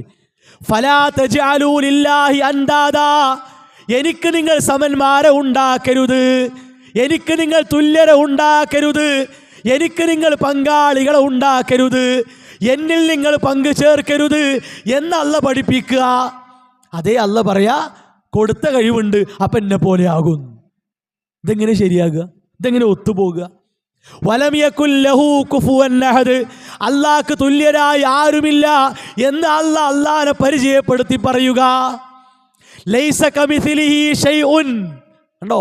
ലൈസ കമിസ്ലിഹി ഷൈഉൻ, അള്ളാഹിനെ പോലെ ഒന്നുമില്ല. ഷൈഉൻ എന്ന് പറഞ്ഞാൽ ഔലിയാക്കളില്ല, അമ്പിയാക്കളില്ല, മലക്കുകളില്ല, ആരുമില്ല. എന്നാലും ആരുമില്ല. ഇവിടെ പറയാ അള്ളാഹിനെ പോലെ കാണും, അള്ളാഹിനെ പോലെ കേൾക്കും, അള്ളാഹിനെ പോലെ പ്രവർത്തിക്കും. ഇതാണ് സഹോദരങ്ങളെ അപകടം പിടിച്ച വിശ്വാസം. ഇതാണ് ശിർക്കൻ വിശ്വാസം. അത് പാടില്ല എന്നാണ്, അത് വേണ്ട എന്നാണ് നമ്മുടെ സമൂഹത്തോട് പറയുന്നത്. ഇനി നോക്കൂ നിങ്ങൾ, ഒരു ഇല അത് അനങ്ങണത് പോലും CM മടവൂർ അറിയാതെ ആ ഇല കൊഴിയൂല എന്നാണ് കേട്ടോളി. അവര് തന്നെ പറഞ്ഞു അന ഖുത്ബുൽ ആലം, ഞാനാണ് ലോകത്ത് നിയന്ത്രിക്കുന്നത്. ഞാൻ അറിയാതെ ഇവിടെ ഒരു ഇല പോലും അനങ്ങുന്നില്ല. ഉപ്പാപ്പ പറഞ്ഞതാ. അല്ലാഹു അവിടുത്തെ മദദ് നൽകട്ടെ, മനസ്സിലാക്കാൻ അല്ലാഹു തൗഫീഖ് നൽകട്ടെ. നിങ്ങളെന്താ ആമീൻ പറയാത്ത? ആമീൻ പറയാൻ അല്ലാഹു തൗഫീഖ് നൽകട്ടെ. ഒന്നും കൂടെ ആമീൻ പറയും. അല്ലാഹു തൗഫീഖ് നൽകട്ടെ. അപ്പൊ ഉപ്പാപ്പാനെ മുറുകെ പിടിച്ചോളി. ഉപ്പാപ്പ നമ്മൾ വിചാരിച്ചതുപോലെ ഉപ്പാപ്പാനെ കണ്ടവരുണ്ട്. അപ്പൊ അതുകൊണ്ട് ഉപ്പാപ്പാന്റെ കറാമത്തോട് ഇവിടെ ഇങ്ങനെ നടക്കുമ്പോ കുറെ ആൾക്കാര് ചിലപ്പോ പേര് ശംസുന്നാവും ഗഫൂർന്നാവും പല ആൾക്കാരാവും. എന്നിട്ട് അതിങ്ങനെ ബാഡ് കമന്റ് എഴുതിയിട്ട് സുബ്ഹാനല്ലാഹ് അതിനൊക്കെ മറുപടി പറയേണ്ടി വരും. ആരെന്തോ പറഞ്ഞോ അതല്ല ഉപ്പാപ്പ, അതിലും മേലെയാണ് ഉപ്പാപ്പ. മഹാന്മാര് പറഞ്ഞതാ. നമ്മള് പറയും സുബ്ഹാനല്ലാഹ് സിയം ഒരു എന്ത് വലിയ മഹാന, അങ്ങനെയല്ല, അതിനും മേലെയാ. നിങ്ങൾ എന്നെ ഉപ്പാപ്പനെ പറയേ, നിങ്ങൾ എന്നെ മനസ്സിലാക്കിയിട്ടുണ്ടെങ്കിൽ ഞാൻ അതിനേക്കാളും മുകളിലാണ്. കേട്ടല്ലോ സഹോദരങ്ങളെ, ഇതൊന്നും ഇല്ലാത്ത കാര്യങ്ങളല്ല കേട്ടോ. ഇതൊക്കെ പച്ചയായി ജനമധ്യത്തിൽ പ്രസംഗിച്ച കാര്യങ്ങളാണ്. എന്താ ഈ പറഞ്ഞത്? ഒരു ഇല അനങ്ങണമെങ്കിൽ CM മടവൂർ അറിയണം. എന്ത് വിശ്വാസം ഇത് കൂട്ടരെ? ഏത് സ്വഹാബത്തിന്റെ വിശ്വാസാണ്? ആ ഉപ്പാപ്പാനെ മുറുകെ പിടിച്ചോളിൻ. മരിച്ച മനുഷ്യനെ മുറുകെ പിടിച്ച് എന്ത് കിട്ടാനാണ്? ഖുർആൻ പറഞ്ഞു വഅതസിമൂ ബില്ലാഹ്, അല്ലാഹനെ മുറുകെ പിടിച്ചോളിയും. മരിച്ചവരെയല്ല, ജീവിച്ചിരിക്കുന്നവരെയല്ല. വഅതസിമൂ ബില്ലാഹ്, അല്ലാഹനെ മുറുകെ പിടിച്ചോളിയും. ഇത് ഖുർആനാണ്. ഇത് ഖുർആൻ ഇല്ലെങ്കിൽ പറയും വഅതസിമൂ ബില്ലാഹ്. പച്ചയായിട്ട് ഖുർആൻ പഠിപ്പിക്കുക. എന്നിട്ട് ആ ഷിർക്കിന് ജനങ്ങളെ കൊണ്ട് ആമീൻ പറയിപ്പിക്കുക. പിന്നെയോ ഉപ്പാപ്പ പറഞ്ഞു അന ഖുത്ബുൽ ആലം, ഞാനാണ് ലോകത്തിന്റെ നിയന്ത്രകൻ. അത് ശരി, ഒരാള് ഭ്രാന്ത് പിടിച്ചു കാണ്ട് ഞാൻ ലോകത്തെ നിയന്ത്രിക്കുന്ന ആളാണെന്ന് പറഞ്ഞാൽ അത് വിശ്വസിക്കണമെന്ന് ഇസ്ലാമാണോ സഹോദരങ്ങളെ? ഉസ്താദുമാരല്ലേ പറയുക CM മടവൂരിന് ഭ്രാന്തുണ്ടായിരുന്നു. ഭ്രാന്താവസ്ഥയിൽ ഞാൻ ലോകം നിയന്ത്രിക്കുന്ന ആളാന്ന് പറഞ്ഞാൽ അത് ജനങ്ങളോട് പറയാൻ പറ്റുമോ? ഭ്രാന്തുള്ളവരെന്തൊക്കെ പറയും? ഭ്രാന്താശുപത്രിയിൽ പോയാൽ ഞാനാ ഡോക്ടർ എന്ന് പറയും, ഞാനാ എഞ്ചിനീയർ എന്ന് പറയും. നമ്മളെന്താ ചെയ്യുക? സമാധാനിപ്പിച്ച് അവിടെ കൊണ്ടുപോയി കടത്തും അല്ലേ? ഈ പുസ്തകം ഇത് കാന്തപുരം മുസ്ലിയാർ അവതാരിക എഴുതി കൊടുത്ത പുസ്തകമാണ്. ഇത് ഇന്നും ഉള്ള പുസ്തകമാണ്, അറബി പുസ്തകമാണ്. ഈ പുസ്തകത്തിൽ എന്താ അറിയും? അന കുത്തുബ് അന അഖൂലു അൻക കുത്തുബുൽ അഖ്താബ് വ മുദബ്ബിറുൽ ആലം. CM മടവൂരിനെ പറ്റി ഒരു സഖാഫി അവിടെ പോയിട്ട് പറഞ്ഞതാണ്, നിങ്ങൾ കുത്തുബുൽ ആലമാണ്, മുദബ്ബിറുൽ ആലമാണ് എന്ന് ഞാൻ പറയുന്നു. അത് കേട്ടേക്ക് മൂപ്പര് ഓ ശരിയാണ് ഫഅബാൻ, അങ്ങനെ തന്നെയാണ്, ഞാനാണ് കുത്തുബുൽ ആലം, ഞാനാണ് മുദബ്ബിറുൽ ആലം. മക്കയിലുണ്ടായിരുന്ന മുശ്രിക്കുകൾ പോലും വമൻ യുദബ്ബിറുൽ അംറ, ലോകം നിയന്ത്രിക്കുന്നത്, കാര്യങ്ങളെ നിയന്ത്രിക്കുന്നത് ആരാണ്? അതിന് കൊടുത്ത ഉത്തരം അല്ലാഹ് എന്നാണ് ഖുർആൻ പഠിപ്പിക്കുന്നു. സഹോദരങ്ങളെ, ഖുർആൻ പഠിപ്പിച്ചത് വേണോ? ഇവർ ഇങ്ങനെ പറഞ്ഞു നടക്കുന്ന കാര്യങ്ങൾ വേണോ? ഇതിൽ വേറെ സംഭവം എന്താ അറിയോ? ഇതിൽ നേരത്തെ നമ്മൾ മരിച്ചവരെ ജീവിപ്പിക്കൽ കേട്ടല്ലോ. ഒരു പാമ്പ് കടിയേറ്റ് മരിച്ച ഒരാൾ, അയാൾ ഡോക്ടർമാർ വിധിച്ചു. ഇതിൽ പറയുന്നുണ്ട്, ഡോക്ടർമാർ വിധി എഴുതി. എന്താ വിധി എഴുതിയത്? അയാൾ മരിച്ചിട്ടുണ്ട്. പക്ഷേ ആ മരിച്ച ആളെ CM മടവൂർ ജീവിപ്പിച്ചു. എന്താ വരി? അഹ്യൈത മൈതൻ ബിൽ കറാമത്തി മുഅ്ലിന നർജു ഹയാത്തൽ ഖൽബി ഖുതുബൽ ആലമീ. നിങ്ങൾ ജീവിപ്പിച്ചില്ലേ? കറാമത്ത് കൊണ്ട് ഈ മരിച്ച ആളെ ജീവിപ്പിച്ചില്ലേ? നിങ്ങൾ ഖുതുബുൽ ആലമല്ലേ? അങ്ങനെയുണ്ടോ സഹോദരങ്ങളെ? അപ്പോൾ ഇതാണ് പറഞ്ഞത്, ഈ നിലക്കൊരു വിശ്വാസം ഇസ്ലാമിൻ്റെ വിശ്വാസമല്ല. ഇത് ഏത് സ്വഹാബിയാണ് പഠിപ്പിച്ചത്? ഏത് ആയത്താണ്, ഏത് ഹദീസാണ് ഇതിന് കൃത്യമായി കാണിക്കാനുള്ളത്? അതാണ് കിട്ടേണ്ടത്. ഇനി നോക്കൂ നിങ്ങൾ, അള്ളാഹുവിൻ്റെ കഴിവിനെ പോലും ചോദ്യം ചെയ്യുന്ന അവസ്ഥയിലേക്ക് ഉസ്താദുമാരെത്തി കേട്ടോളി. ഇതൊന്നും വിശദീകരിച്ചാൽ എങ്ങനെ വിശ്വസിക്കണോ? അല്ലാഹു തആല അർശുമേ ഇരിക്കാൻ വിശ്വസിക്കണം. അതോടൊപ്പം എന്ത് വിശ്വസിക്കണോ? സൃഷ്ടികളിൽ നിന്ന് അകന്നാണ് വിശ്വസിക്കണം. മുജാഹിദ് ഉണ്ടെങ്കിൽ ശരിക്കും കേൾക്കണേ, ഈ അർശ് സൃഷ്ടിയല്ലേ? ഈ അർശ് സൃഷ്ടിയല്ലേ? അർശുമലാന്ന് വിശ്വസിക്കണം, സൃഷ്ടി അകന്നാന്ന് വിശ്വസിക്കണം, രാവാന്ന് വിശ്വസിക്കണം, പകലാന്ന് വിശ്വസിക്കണം. ഓന്റെ പേരാ മുജാഹിദ്. കേട്ടല്ലോ നിങ്ങൾ? ഒരു വല്ലാത്തൊരു ദേഷ്യത്തിലാണ് പറയണത്. ഓന്റെ പേരാ മുജാഹിദ്. എന്ത്? അള്ള പറഞ്ഞ കാര്യം വിശ്വസിച്ചാൽ ഓനെ പിന്നെ മുജാഹിദ് അല്ല എന്താ പറയാ? അതന്നെയല്ലേ വിശ്വാസി അറിഞ്ഞാൽ. ഉസ്താദുമാരെ നിങ്ങൾക്ക് വാദമുണ്ടോ ഖുർആനിൽ അങ്ങനെ ആയത്തില്ലാന്ന്? അപ്പോഴല്ലേ കാര്യം നടക്കുള്ളൂ. ഇവർ കരുതിയ എന്താ അറിയോ, ആളുകളെ പറഞ്ഞ് പറ്റിച്ചു പോകാൻ എളുപ്പമാണ്. എന്താണ്? അള്ളാഹു സൃഷ്ടികളിൽ നിന്ന് അകന്നു, എന്നാൽ അള്ളാഹു സിംഹാസനത്തിൽ ഇരുന്നു. അപ്പൊ ഇയാളെ ചോദ്യം, സിംഹാസനം സൃഷ്ടിയല്ലേ, അപ്പൊ എങ്ങനെ അകലലും ഇരിക്കലും ഒന്നാകുക? ഈ വർത്താനത്തിന് മലയാളത്തിൽ നമുക്ക് വേറെയാണ് പറയാനുള്ളത്. അഥവാ ഒരു അന്തക്കേട് എന്നേ പറയാനുള്ളൂ, അല്ല എന്താ പറയാ? ഇത് മനസ്സിലാകാത്ത ആരാ ഉള്ളത്? അല്ലാഹു തആലയുടെ സൃഷ്ടിയായ സിംഹാസനം, ആ സിംഹാസനത്തിൽ സുമ്മസ്തവാ അലൽ അർശ്, അല്ലാഹു സിംഹാസനത്തിൽ ഇരുന്നു എന്ന് എത്ര ആയത്ത് ഖുർആനിലുണ്ട്? ഇത് ഇരുന്നു എന്ന അർത്ഥം എത്ര തഫ്സീറുകളിൽ, പരിഭാഷകളിൽ ഉസ്താദുമാർ കൊടുത്തിട്ടുണ്ട്? അത് ശരി, പരിഭാഷയിൽ അർത്ഥം കൊടുക്കാം, പറയാൻ പറ്റൂല. അതെങ്ങനെ? എന്താണ് സൃഷ്ടികളെ തൊട്ട് അകന്നവൻ എന്ന് പറഞ്ഞാൽ എന്താ? പല ആൾക്കാർക്കും വാദമുണ്ട്, അല്ല എല്ലായിടത്തും ഉണ്ട്, തൂണിലുണ്ട്, തുരുമ്പിലുണ്ട്, സമസ്തക്ക് വരെ വിശ്വാസമുണ്ട് അള്ളാഹു എല്ലാറ്റിലും അവതരിക്കുന്നു. അങ്ങനെ കല്ലും മണ്ണും മരവും കണ്ണും മൂക്കും നാക്കും ഒക്കെ അല്ലയാണ്. ലാ കണ്ണയില്ലല്ല, ലാ മൂക്കയില്ലല്ല. അദ്വൈത അവതാരവാദം ഇല്ലാന്ന് പറയാൻ പറ്റുമോ? എത്ര എഴുതി വെച്ചുകൊള്ളു, എത്ര എത്ര എത്ര കിതാബുകളിൽ എഴുതി വച്ചിട്ടുണ്ട്. അവസാനം മുഹീദ്ദീൻ ശൈഖിനെ വിളിച്ചാൽ ഉത്തരം തരുന്നത് അല്ലയാണ്. അപ്പോൾ മുഹീദ്ദീൻ ശൈഖ് ആണ് ഉത്തരം തരിക, ആ ഉത്തരം തരിക അല്ലാ, രണ്ടും ഒന്ന് തന്നെയാണ്. മൂസാ നബിയോട് സംസാരിച്ചത്, മൂസാ നബി ആ സംസാരിച്ചത് രണ്ടല്ല ഒന്നാണ്. രണ്ടല്ല ഒന്നറിയുമോ? മൂസാ നബി അല്ലയാണ് സംസാരിച്ചതും അല്ല തന്നെയാണ്. എന്തൊക്കെ എഴുതി വെച്ചത്? എന്നിട്ട് ആളുകളെ പറ്റിക്കാൻ ചോദിക്കുക, അർശ് സൃഷ്ടിയല്ലേ, അപ്പൊ സൃഷ്ടിന്ന് അകലാത്ത അല്ലാ, ഇത് വിശ്വസിച്ചാൽ മുജാഹിദ്. രാവ് പകല് ഇങ്ങനെയൊന്നും സഹോദരങ്ങളെ അല്ലാഹ് നിങ്ങൾ പരിഹസിക്കരുത്. ഇത് പരിഹാസമാണ്, ആയത്തുകളെ കളിയാക്കലും നിഷേധിക്കലുമാണ്. സഹോദരങ്ങളെ, വീട്ടിൽ ഖുർആൻ പരിഭാഷ ഉണ്ടെങ്കിൽ എടുത്ത് പരിശോധിക്കണം. സൂറത്ത് അഅ്റാഫിൽ, ആ അഅ്റാഫിലെ 157-ാമത്തെ ആയത്ത് സുമ്മസ്തവ അലൽ അർശ്, എന്താ അർത്ഥം കൊടുത്തത്? തീർന്നില്ല. സൂറത്ത് യൂനുസിലെ 3-ാമത്തെ ആയത്ത് സുമ്മസ്തവ അലൽ അർശ്, എന്താ അർത്ഥം കൊടുത്തത്? സൂറത്ത് റഅദിലെ 2-ാമത്തെ ആയത്ത് സുമ്മസ്തവ അലൽ അർശ്, എന്താ അർത്ഥം കൊടുത്തത്? സൂറത്ത് ത്വാഹയിലെ 5-ാമത്തെ ആയത്ത് അർ റഹ്മാനു അലൽ അർശി ഇസ്തവ, എന്താ അർത്ഥം കൊടുത്തത്? സൂറത്തു സജദയിലെ ആയത്ത് സുമ്മസ്തവ അലൽ അർശ്, ഫുർഖാനിലെ ആയത്ത് എന്താ അർത്ഥം? എത്ര ആയത്തുകളാണ്! അപ്പോൾ എങ്ങനെയെങ്കിലും ആളെ പറ്റിച്ച് പോകണം എന്നുള്ളൂ. ഞങ്ങൾക്ക് അൽഹംദുലില്ലാ ഒരു പിഴവും ആ വിഷയത്തിൽ വന്നിട്ടില്ല. കാരണം അങ്ങനെ തട്ടിക്കൂട്ടിയ വിശ്വാസമല്ല, ഇസ്ലാമിലുള്ള വിശ്വാസമാണ് ആളുകളോട് ഇതുവരെയും പറഞ്ഞു പോരുന്നത്. അല്ലാഹു സിംഹാസനത്തിൽ ഉപവിഷ്ടനായി എന്ന് അല്ല പഠിപ്പിച്ചതാണ്. അതേ അല്ല ഇറങ്ങുമെന്ന് അല്ല പഠിപ്പിച്ചതാണ്. അല്ല എല്ലാം അറിയുന്നവനാണ് എന്ന് അല്ല പഠിപ്പിച്ചതാണ്. അതിന് വിശ്വസിക്കുക. അതെങ്ങനെ ചോദിക്കാൻ പാടില്ല, നിഷേധിക്കാൻ പാടില്ല, പരിഹസിക്കാൻ പാടില്ല, വിശ്വസിക്കണം. അവനാണ് മുഅ്മിൻ. ഇനി കേൾക്കൂ നിങ്ങൾ അള്ളാഹുവിൻ്റെ കഴിവിനെ ചോരിഞ്ഞ് കേട്ടോളി. അത് പറയാണ് വലിയൊരു കാര്യമായിട്ട്. എന്താ പറഞ്ഞതെന്നറിയോ? നിങ്ങളെ ഈ മഖാമിലുള്ള ആളുകൾക്ക് വലിയ മഹത്വം ഉണ്ടെങ്കിൽ, വലിയ സ്ഥാനം വലിയ കാര്യങ്ങളൊക്കെ ചെയ്യുന്ന ആളുകളാണ് നിങ്ങൾ പറഞ്ഞത്.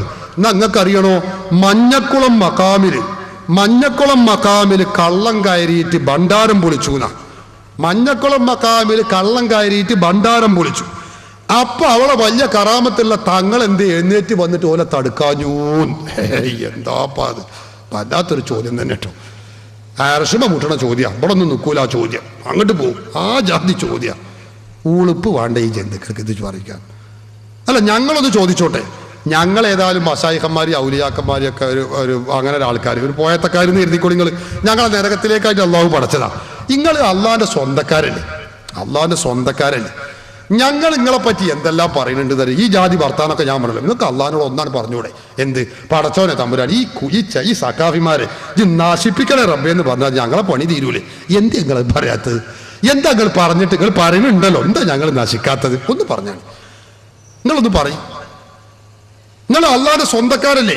ഞാൻ ചോദിക്കട്ടെ, ഡിസംബർ 6 അയോധ്യയിലെ ബാബരി മസ്ജിദിന്റെ താഴികക്കുടത്തിന്റെ മുകളിൽ കയറി ഈ രാജ്യത്തെ ഫാസിസ്റ്റ് ശക്തികൾ അല്ലാഹു സുബ്ഹാനഹു വ തആലയുടെ സ്വന്തം ഭവനം, പള്ളിയുടെ മുഴുവൻ താഴികക്കുടകളും അടിച്ച് നിരപ്പാക്കി ബാബരി മസ്ജിദ് പൊളിച്ച് തകർത്തില്ലേ? അത് മഹാന്മാരെ മക്ബറല്ലല്ലോ, അത് അള്ളാന്റെ പള്ളിയല്ലേ.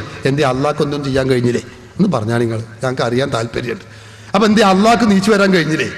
അള്ളാഹ്ക്ക് ഒരു കഴിവില്ലേ? അപ്പൊ അള്ളാഹ്ക്ക് കഴിവില്ല. അതുകൊണ്ടാണ് ഇപ്പൊ ബാബരി മസ്ജിദ് ഈ ക്ഷുദ്ര ശക്തികൾ പൊളിച്ചത്.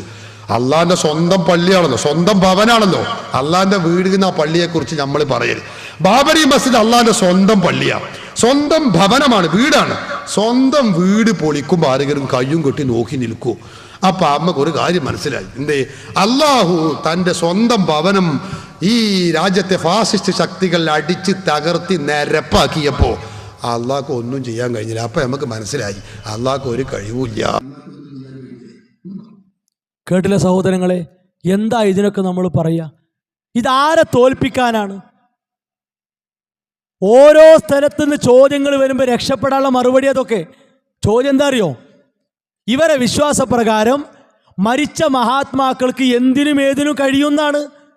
അപ്പം അത് വെച്ച് സ്വാഭാവികമായിട്ട് ചോദിക്കൂലേ, എന്താണ് ജാറത്തുനിന്ന് മോഷണം പോകുമ്പോൾ ആ ഔലിയാക്കൾ ഇടപെടാത്തത്? അവിടെ കളവ് പോയത് എന്താ അവരറിയാത്തത്? ജാറം പൊളിക്കപ്പെടുമ്പോൾ എന്താണ് അവർ തടുക്കാത്തത്? വെള്ളപ്പൊക്കം വന്നപ്പോൾ എന്താ നിയന്ത്രിക്കാത്തത്? കൊറോണ വന്നപ്പോൾ എന്താ തടുക്കാത്തത്? കാരണം എന്തിനും ഏതിനും കഴിയുന്നല്ലേ വിശ്വാസം. അത് വെച്ച് നമ്മൾ ചോദിക്കൂലേ? ഉറപ്പല്ലേ? അപ്പം അവിടെ തോൽക്കുമ്പോൾ എന്ത് ചെയ്യുക? നേരെ അള്ളാഹുവിൻ്റെ കഴിവിനെ ചോദ്യം ചെയ്യുക. അള്ളാഹുവിൻ്റെ കഴിവിൽ ആർക്കാ കൂട്ടരെ സംശയമുള്ളത്? ഇന്നല്ലാഹ അലാ കുല്ലി ഷൈഇൻ ഖദീർ. അല്ല എന്തിനും കഴിവുള്ളവനാണ്. ഒരു വിശ്വാസി സംശയിക്കാൻ പാടുണ്ടോ? എന്തിനും കഴിയും അള്ളാഹ്ക്ക്. പിന്നെ പറയാ ഞങ്ങൾ നശിക്കാൻ വേണ്ടി പ്രാർത്ഥിച്ചൂടേ? അങ്ങനെ ഇസ്ലാമിലില്ല. ഒരാൾ നശിക്കാൻ വേണ്ടി പ്രാർത്ഥിക്കണമെന്ന് ഇസ്ലാമിലില്ല. ഇല്ലാത്തൊരു കാര്യം ഇങ്ങനെ ചെയ്യുക. അങ്ങനെ നാശത്തിനും ശാപത്തിനും വേണ്ടി പ്രാർത്ഥിക്കേണ്ട ആവശ്യമില്ല. ശത്രുക്കൾക്ക് നേരെയാണ് പ്രാർത്ഥിക്കേണ്ടത്. അത് ഖുർആൻ പഠിപ്പിച്ചതുമാണ്. അപ്പം ഇവരെന്താ പറയണത്? ഞങ്ങൾ ഇസ്ലാമിൻ്റെ ശത്രുക്കളാണ്, നിങ്ങൾ പ്രാർത്ഥിച്ചോളിന്ന് ഒരു സ്വയം പറയാണ്. എന്നിട്ട് അള്ളാഹിൻ്റെ പ്രവൃത്തികളെ ചോദ്യം ചെയ്യുക. എന്താ ഖുർആൻ പറഞ്ഞത്? ലാ യുസ്അലു അമ്മാ യഫ്അലു വഹും യുസ്അലൂൻ. ഇത് ഖുർആനാണ്. അല്ല ചെയ്യുന്ന കാര്യങ്ങളെപ്പറ്റി ചോദിക്കാൻ പാടില്ല, അവർ ചോദിക്കപ്പെടുന്നവരാണ്.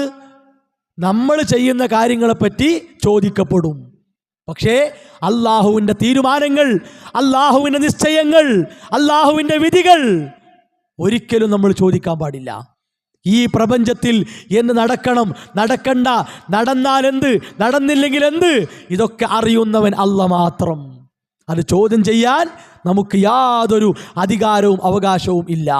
എന്നാൽ ഉസ്താദുമാരെ എന്തുകൊണ്ടാണ് സാധാരണക്കാർ ചോദ്യം ചെയ്യുന്നത്? ഉസ്താദുമാർ ആ നിലക്കുള്ള അന്ധവിശ്വാസമാണ് പഠിപ്പിക്കണത്. ഇനി നോക്കൂ നിങ്ങൾ, വേറെ ഒരു ഉസ്താദ് ഒരു സാധാരണ ആളെ ചോദ്യം, ആ ചോദ്യത്തിൻ്റെ മുമ്പിൽ കുടുങ്ങിയപ്പോൾ നോക്കൂ നിങ്ങൾ, കേൾക്കും.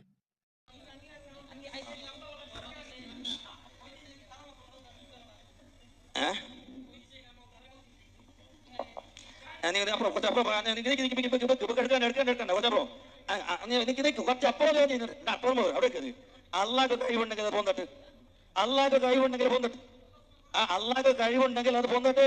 നിങ്ങൾ പറഞ്ഞല്ലോ വലിയ കരാമത്ത് പോന്നിട്ട്. അല്ലാഹു അക്ബർ. ആ മാതിരി ഒന്നും ഇവിടെ നടക്കൂല എന്ന് മനസ്സിലായില്ലേ? അത് അള്ളാന്റെ കുതിർത്തുണ്ടല്ലോ, ആ പൊന്നിട്ട്. അള്ളാന്റെ കുതിർത്തുണ്ടെങ്കിൽ അത് പൊന്നട്ടെ. പറയ് അള്ളാഹ്. ആ മാതിരി നാടകം ഇവിടെ പറ്റൂല. കേട്ടില്ല നിങ്ങള്? ഔലിയാക്കൾക്ക് കഴിവുണ്ടെങ്കിൽ ഇതൊന്ന് സാധിക്കട്ടെ എന്ന് ഒരു സാധാരണക്കാരൻ ചോദിച്ചതാ. അപ്പൊ അയിവന്ന് രക്ഷപ്പെടാൻ എന്താ മറുപടി? അള്ളാഹ്ക്ക് കഴിവുണ്ടെങ്കിൽ പൊങ്ങട്ടെ, അള്ളാഹ്ക്ക് കഴിവുണ്ടെങ്കിൽ പൊങ്ങട്ടെ. അപ്പൊ അള്ളാഹ്ക്ക് കഴിവില്ല, നഊദു ബില്ലാഹ്. ഇതൊരു ഉസ്താദ് ചെയ്യേണ്ട പണിയാണോ? ഇതാണോ സമൂഹത്തിന് പഠിപ്പിച്ചു കൊടുക്കേണ്ടത്? അത് കേൾക്കുമ്പോൾ അല്ലാഹു അക്ബർ. എന്തിന്? ഈ കുഫറും ഷിർക്കും സമൂഹത്തെ കേൾപ്പിച്ചത് അല്ലാഹു അക്ബർ. അവിടെ അള്ളാനെ വേണേനു. എന്താ സഹോദരങ്ങളെ ഇതൊക്കെ? ഇതിനെയാണ് സലഫികൾ നേരിടുന്നത്, ഇതിനെയാണ് ചോദ്യം ചെയ്യുന്നത്. ഇതിനെവിടെയാണ് തെളിവ്? ഏത് സ്വഹാബത്താണ് ഇങ്ങനെ ഈ നിലക്ക് വാദിച്ചതും പ്രവർത്തിച്ചതും? അതാ കൊണ്ടുവരേണ്ടത്. ഇനി കഴിഞ്ഞില്ല, നോക്കൂ നിങ്ങൾ. അള്ളാഹുവിൻ്റെ ഇറക്കം ഇതെന്തിനാ പറയണു അറിയോ? അള്ളാഹു അവൻ്റെ ഇറക്കം, അള്ളാഹുവിൻ്റെ നുസൂല്, അള്ളാഹു ചില സമയങ്ങളിൽ ഒന്നാം ആകാശത്തേക്ക് ഇറങ്ങും എന്ന് അള്ളാഹ് പഠിപ്പിച്ചതാണ്. അപ്പം അത് എന്തോ ഒരു അന്ധവിശ്വാസമായിട്ട് നമ്മൾ പറയുന്നു എന്ന് നമ്മളെ പേരിൽ പ്രചരിപ്പിക്കുക ഇസ്ലാമിൻ്റെ വിശ്വാസമാണ്. അത് പ്രചരിപ്പിക്കാൻ വേണ്ടി കളിയാക്കുക. നോക്കൂ നിങ്ങൾ, ഒരു ഉസ്താദ് അള്ളാഹുവിൻ്റെ ഇറക്കത്തെ പച്ചയായി കളിയാക്കുന്നു. കേട്ടോളി. എന്നിട്ടോ അൽമനാറിൽ പറയുന്നു 988 സെപ്റ്റംബറിൽ അള്ളാഹ് എല്ലാ രാത്രിയും ഒന്നാം ആകാശത്തിലേക്ക് ഇറങ്ങി വരും. എല്ലാ രാത്രിയും ഒന്നാം ആകാശത്തിൽ ഇറങ്ങി വരും. അപ്പൊ ഒരു ചെറുപ്പക്കാരൻ കുട്ടി ചോദിച്ചു, അല്ല മാഷേ, അള്ളാഹ് ഒന്നാം ആകാശത്തിലേക്ക് എല്ലാ രാത്രി ഇറങ്ങി വരികയാണെങ്കിൽ അമേരിക്കയിൽ രാത്രിയാകുമ്പോ അള്ളാഹ് ഇറങ്ങുക, അല്ലെങ്കിൽ ഇന്ത്യയിൽ രാത്രിയാകുമോ എന്ന് ചോദിച്ചു. അപ്പോഴായി മാഷ ആലോചിക്കുന്നത്, ഞാൻ മുജാഹിദായി കുടുങ്ങിയല്ലോ. കാരണം ലോകത്തെ എല്ലാ സമയത്തും ഇല്ല സുഹൃത്തെ രാത്രിയും പകലും. ഇവിടെ രാത്രിയും വേറെ സ്ഥലത്ത് പകലി, വേറെ സ്ഥലത്ത് രാത്രി ഇവിടെ പകലി. അള്ളാഹ് എല്ലാ രാത്രിയും ആകാശത്തു നിന്ന് ഇറങ്ങിയൊരു എന്ന് പറഞ്ഞാലോ അള്ളാഹ് എല്ലാ മിനിറ്റിലും ഇറങ്ങണോ? പിന്നെ കയറലുണ്ടാവില്ല. അള്ളാഹ് ഇങ്ങനെ കറങ്ങനെ തൊട്ടിലല്ലേ അള്ളാഹ് ഇങ്ങനെ ചുറ്റന്നെ. അള്ളാഹ് നിങ്ങൾക്ക് എന്താ അള്ളാഹ് എന്ത് റസൂലി എന്ത് നബി എന്ത് ഇസ്ലാം? കേട്ടില്ല സഹോദരങ്ങളെ, ഇതൊക്കെ മുതിർന്ന ഉസ്താദുമാരാണ്, പേരോട് മുസ്ലിയാരാണ് ഈ പറയണത്. എന്തിനാ ഈ കളിയാക്കണത്? യുഖല്ലിബുൽ ലൈല വന്നഹാർ, രാവും പകലും മാറ്റിമറിക്കുന്നവൻ അള്ളയാണ്. യൻസിലു റബ്ബുനാ തബാറക വതആല, എല്ലാ രാത്രിയിലും ഇലസ്സമായി ദുനിയ, ഒന്നാം ആകാശത്തേക്ക് അള്ളാഹ് ഇറങ്ങി വരുമെന്ന് വിശുദ്ധ ഇസ്ലാം പഠിപ്പിച്ചതാണ്. അപ്പോൾ ചോദിക്കുക, ഇവിടെ രാത്രിയാകുമ്പോൾ അമേരിക്കയിൽ പകലല്ലേ, അമേരിക്കയിൽ പകലാകുമ്പോൾ ഇവിടെ എന്തൊക്കെ സഹോദരങ്ങളെ? ഇത് റബ്ബ് തീരുമാനിച്ചതല്ലേ? അള്ളാഹുവിൻ്റെ കഴിവിനെ, അള്ളാഹുവിൻ്റെ തീരുമാനത്തെ ഈ നിലക്കാണോ നമ്മൾ മനസ്സിലാക്കേണ്ടത്? അള്ളാഹ് ഉദ്ദേശിക്കുമ്പോൾ അള്ളാഹ് നിശ്ചയ സമയത്ത് അവൻ ഇറങ്ങി വരും. അതെങ്ങനെ ചോദിക്കാൻ പാടില്ല? അതിനെ സാദൃശ്യപ്പെടുത്താൻ പാടില്ല, നിഷേധിക്കാൻ പാടില്ല. ഇതൊക്കെ പഠിപ്പിക്കുന്നവരെ നിങ്ങൾ കളിയാക്കുന്നു, നിങ്ങൾ പരിഹസിക്കുന്നു. അവർ പിഴച്ചവരാണെന്ന് നിങ്ങൾ സമൂഹത്തോട് പറയുന്നു. പറയണം, ഈ പിഴച്ച വിശ്വാസങ്ങൾ സ്വഹാബത്തിനുണ്ടായിരുന്നോ?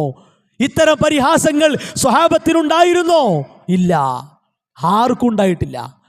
പിന്നെ ഇവിടെ കാര്യമായിട്ട് ഖുതുബയുടെ വിഷയം പറഞ്ഞു അല്ലേ?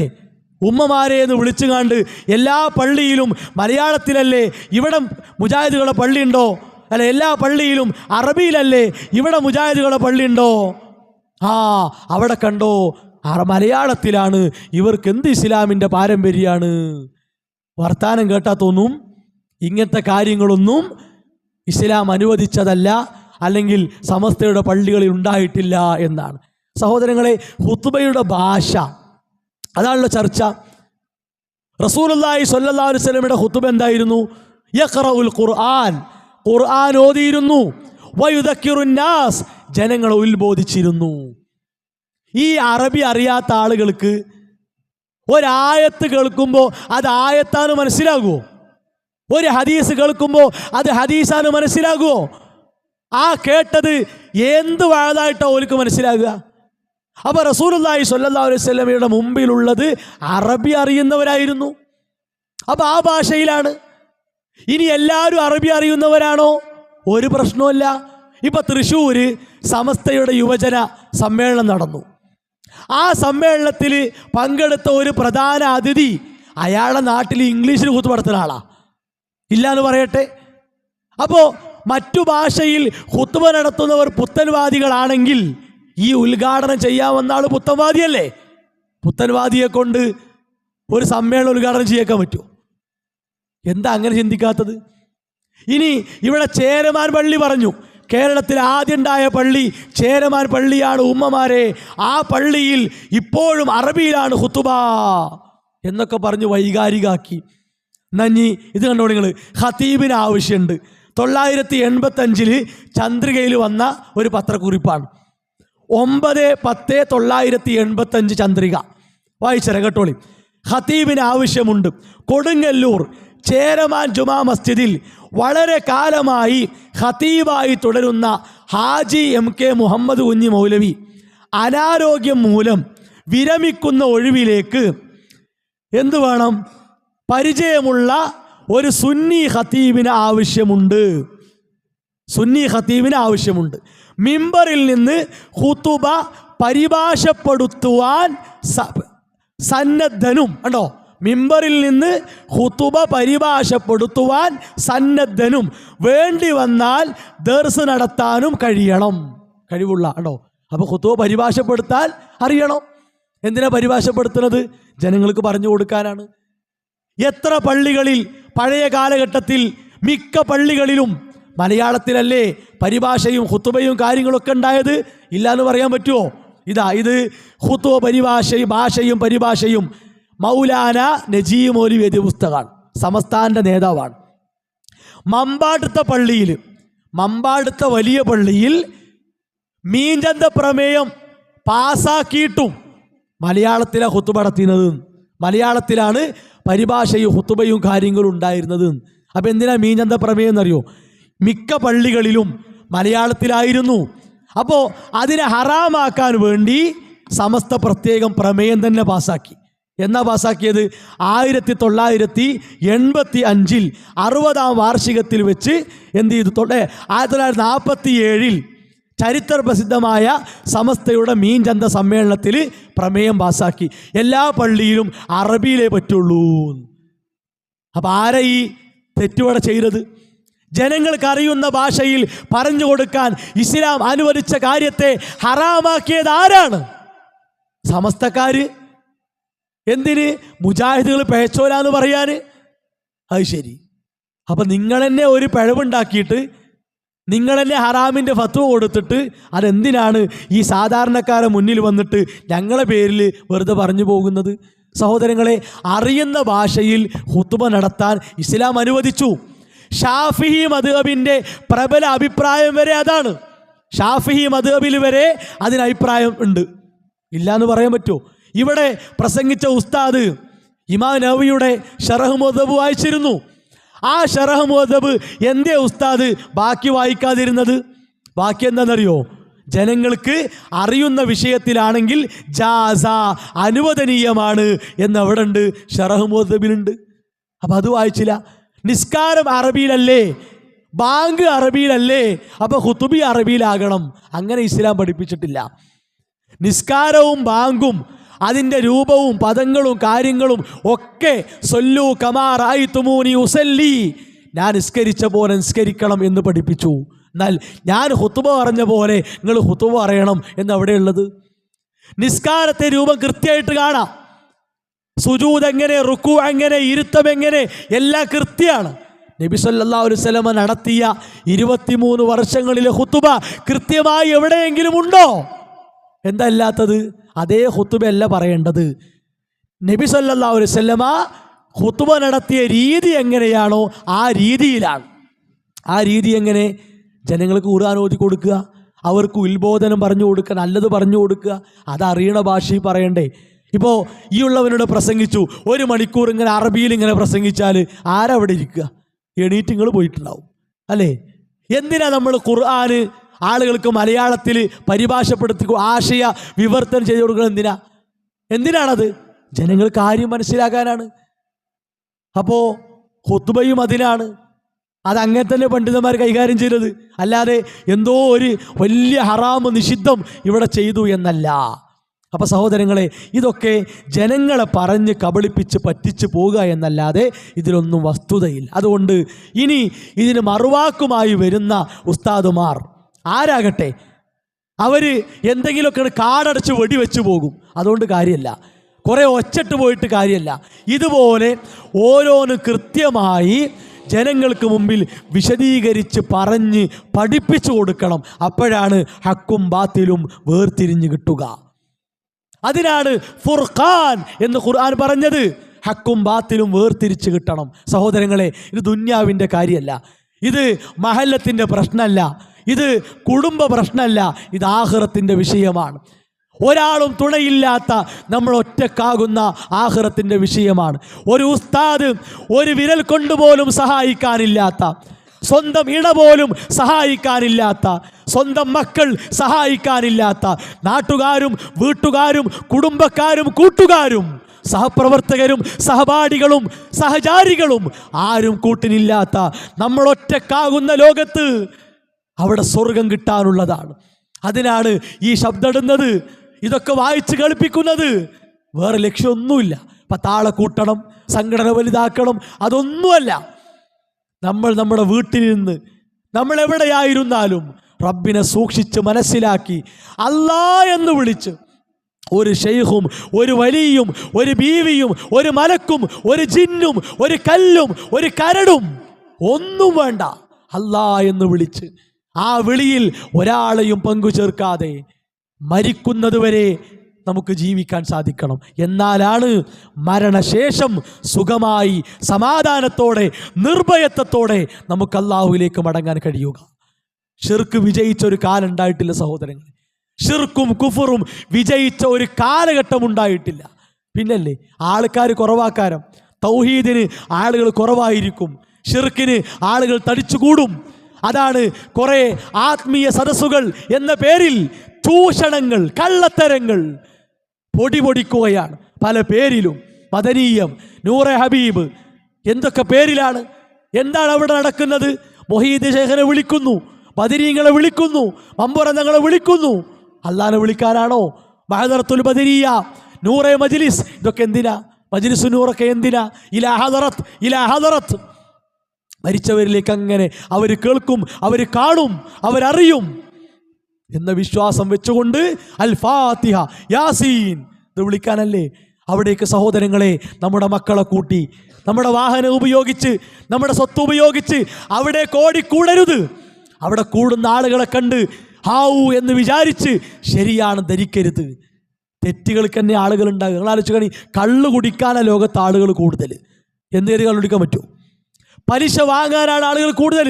പലിശ വാങ്ങാൻ പറ്റുമോ? അല്ല ഇല്ല എന്ന് പറയാനല്ലേ ആളുകൾ കൂടുതൽ. നമുക്കത് പറയാൻ പറ്റുമോ? എന്തേ കൂടുതൽ ആൾക്കാരില്ലേ? അപ്പൊ കൂടുതൽ ആളുകളുണ്ട് എന്നതല്ല മാനദണ്ഡം. സത്യം എന്ത്, പ്രമാണങ്ങൾ എവിടെ എന്നതാണ് മാനദണ്ഡം. അത് മനസ്സിലാക്കി നമ്മുടെ ജീവിതത്തെ വിശുദ്ധമാക്കാൻ, വിമലീകരിക്കാൻ നാം ഓരോരുത്തരും പരിശ്രമിക്കണം. അതിൽ തെറ്റിക്കാൻ ആര് വന്നാലും, ഇപ്പോൾ നന്നായിട്ട് സാമ്പത്തികമായി ലാഭം ഉണ്ടാക്കുന്ന പരിപാടിയാണ് സിയാറത്ത് ടൂറുകൾ. എവിടേക്കായി കൊണ്ടുപോണത്? എല്ലാ ജാറങ്ങളിലേക്കും അല്ലേ? ആ ജാറങ്ങളിലൂടെ കയറി ഇറങ്ങി ഹജ്ജിന് പോകുമ്പോൾ, ഉംറക്ക് പോകുമ്പോൾ, പരിശുദ്ധമാക്കപ്പെട്ട ഹറമിലേക്ക് പോകുമ്പോൾ ഷിർക്ക് തളം കെട്ടി നിൽക്കുന്ന ജാറങ്ങളിൽ കയറി ഇറങ്ങി അവിടുന്ന് ബറക്കത്ത് കിട്ടും, പൊരുത്തം കിട്ടും എന്ന് ജനങ്ങളെ വിശ്വസിപ്പിച്ചിരിക്കുന്നു. സിയാറത്ത് ടൂറുകൾ ബസ്സും ബാനറും കാണുമ്പോഴേക്ക് ഓടി കയറരുത്. ഷിർക്കിലേക്കാണ് യാത്ര. ആ യാത്രയിൽ മരിച്ചാൽ നരകത്തിന്റെ വഴിയിലാണ്. അമലുകൾ പൊളിഞ്ഞു പോകും. നിസ്കാരം അല്ലാഹു സ്വീകരിക്കൂല. ഇത് കുറച്ച് വൈകാരികമായിട്ടും കുറച്ച് ശക്തമായിട്ടും പറയണെന്തിനറിയോ? തൊണ്ട പൊട്ടി പറയണെന്തിനറിയോ? ബാപ്പമാരെ, ജ്യേഷ്ഠന്മാരെ, അനുജന്മാരെ, ഉമ്മമാരെ, സഹോദരിമാരെ ഇത്തരം ആളുകൾ പിഴപ്പിക്കുമ്പോൾ അതിൽ പെടാതിരിക്കാനാണ്. വഴിദൂരം പിഴച്ചു എന്ന് ഖുർആനാ പഠിപ്പിക്കണത്. അതിനെന്ത് പേരിട്ടിട്ടും കാര്യമില്ല. കൊടുത്ത കഴിവാണ്, അല്ലെങ്കിൽ പിന്നെ കഴിവ് കൂടുകയാണ്, അള്ളാഹുവിലേക്ക് അടുപ്പിക്കാനാണ്. അങ്ങനെയൊന്നും കൃത്രിമ പേരുകൾ സ്വീകരിക്കേണ്ട ആവശ്യമില്ല. അള്ളാഹുവിലേക്ക് അടുക്കാൻ അല്ല പറഞ്ഞ വഴികളുണ്ട്. അള്ളാഹ്ക്ക് മാത്രമാണ് എന്തിനും ഏതിനും കഴിയുക. അള്ളാഹ് ആർക്കും കഴിവ് വാരിക്കോരി കൊടുത്തിട്ടില്ല. അങ്ങനത്തെ ഒരു വിശ്വാസം ഇസ്ലാമിനില്ല. അതുകൊണ്ട് ഇസ്ലാമിനെ പൊളിക്കുകയും വികലമാക്കുകയും ചെയ്യുന്ന ഇത്തരം വികല വിശ്വാസങ്ങളിൽ അകപ്പെട്ട് നമ്മുടെ പരലോകം നഷ്ടപ്പെടുത്തരുത്. ഓരോ കാര്യങ്ങളെയും നന്നായി ശ്രദ്ധിച്ച് മനസ്സിലാക്കി, വേർതിരിച്ച് മനസ്സിലാക്കി ഉൾക്കൊണ്ട് ജീവിതത്തെ ക്രമീകരിക്കാൻ നാം ഓരോരുത്തരും പരിശ്രമിക്കുക. അല്ലാഹു സുബ്ഹാനഹു വ തആല അതിനുള്ള സൗഭാഗ്യം നമുക്ക് പ്രദാനം ചെയ്യുമാറാകട്ടെ. നമ്മുടെ ജീവിതത്തിൽ വന്നുപോയ അബദ്ധങ്ങൾ, വീഴ്ചകൾ അല്ലാഹു വിട്ടുപുറത്ത് മാപ്പാക്കി തരുമാറാകട്ടെ. ലാ ഇലാഹ ഇല്ലല്ലാഹ് മുഹമ്മദ് റസൂലുള്ളാഹ് മരണം വരെ മുറുകെ പിടിച്ചുകൊണ്ട് ജീവിക്കാനുള്ള സൗഭാഗ്യം അല്ലാഹു നമുക്ക് പ്രദാനം ചെയ്യുമാറാകട്ടെ. വസല്ലല്ലാഹു അലാ മുഹമ്മദ് വഅലാ ആലിഹി വഅസ്ഹാബിഹി അജ്മഈൻ വൽഹംദുലില്ലാഹി റബ്ബിൽ ആലമീൻ.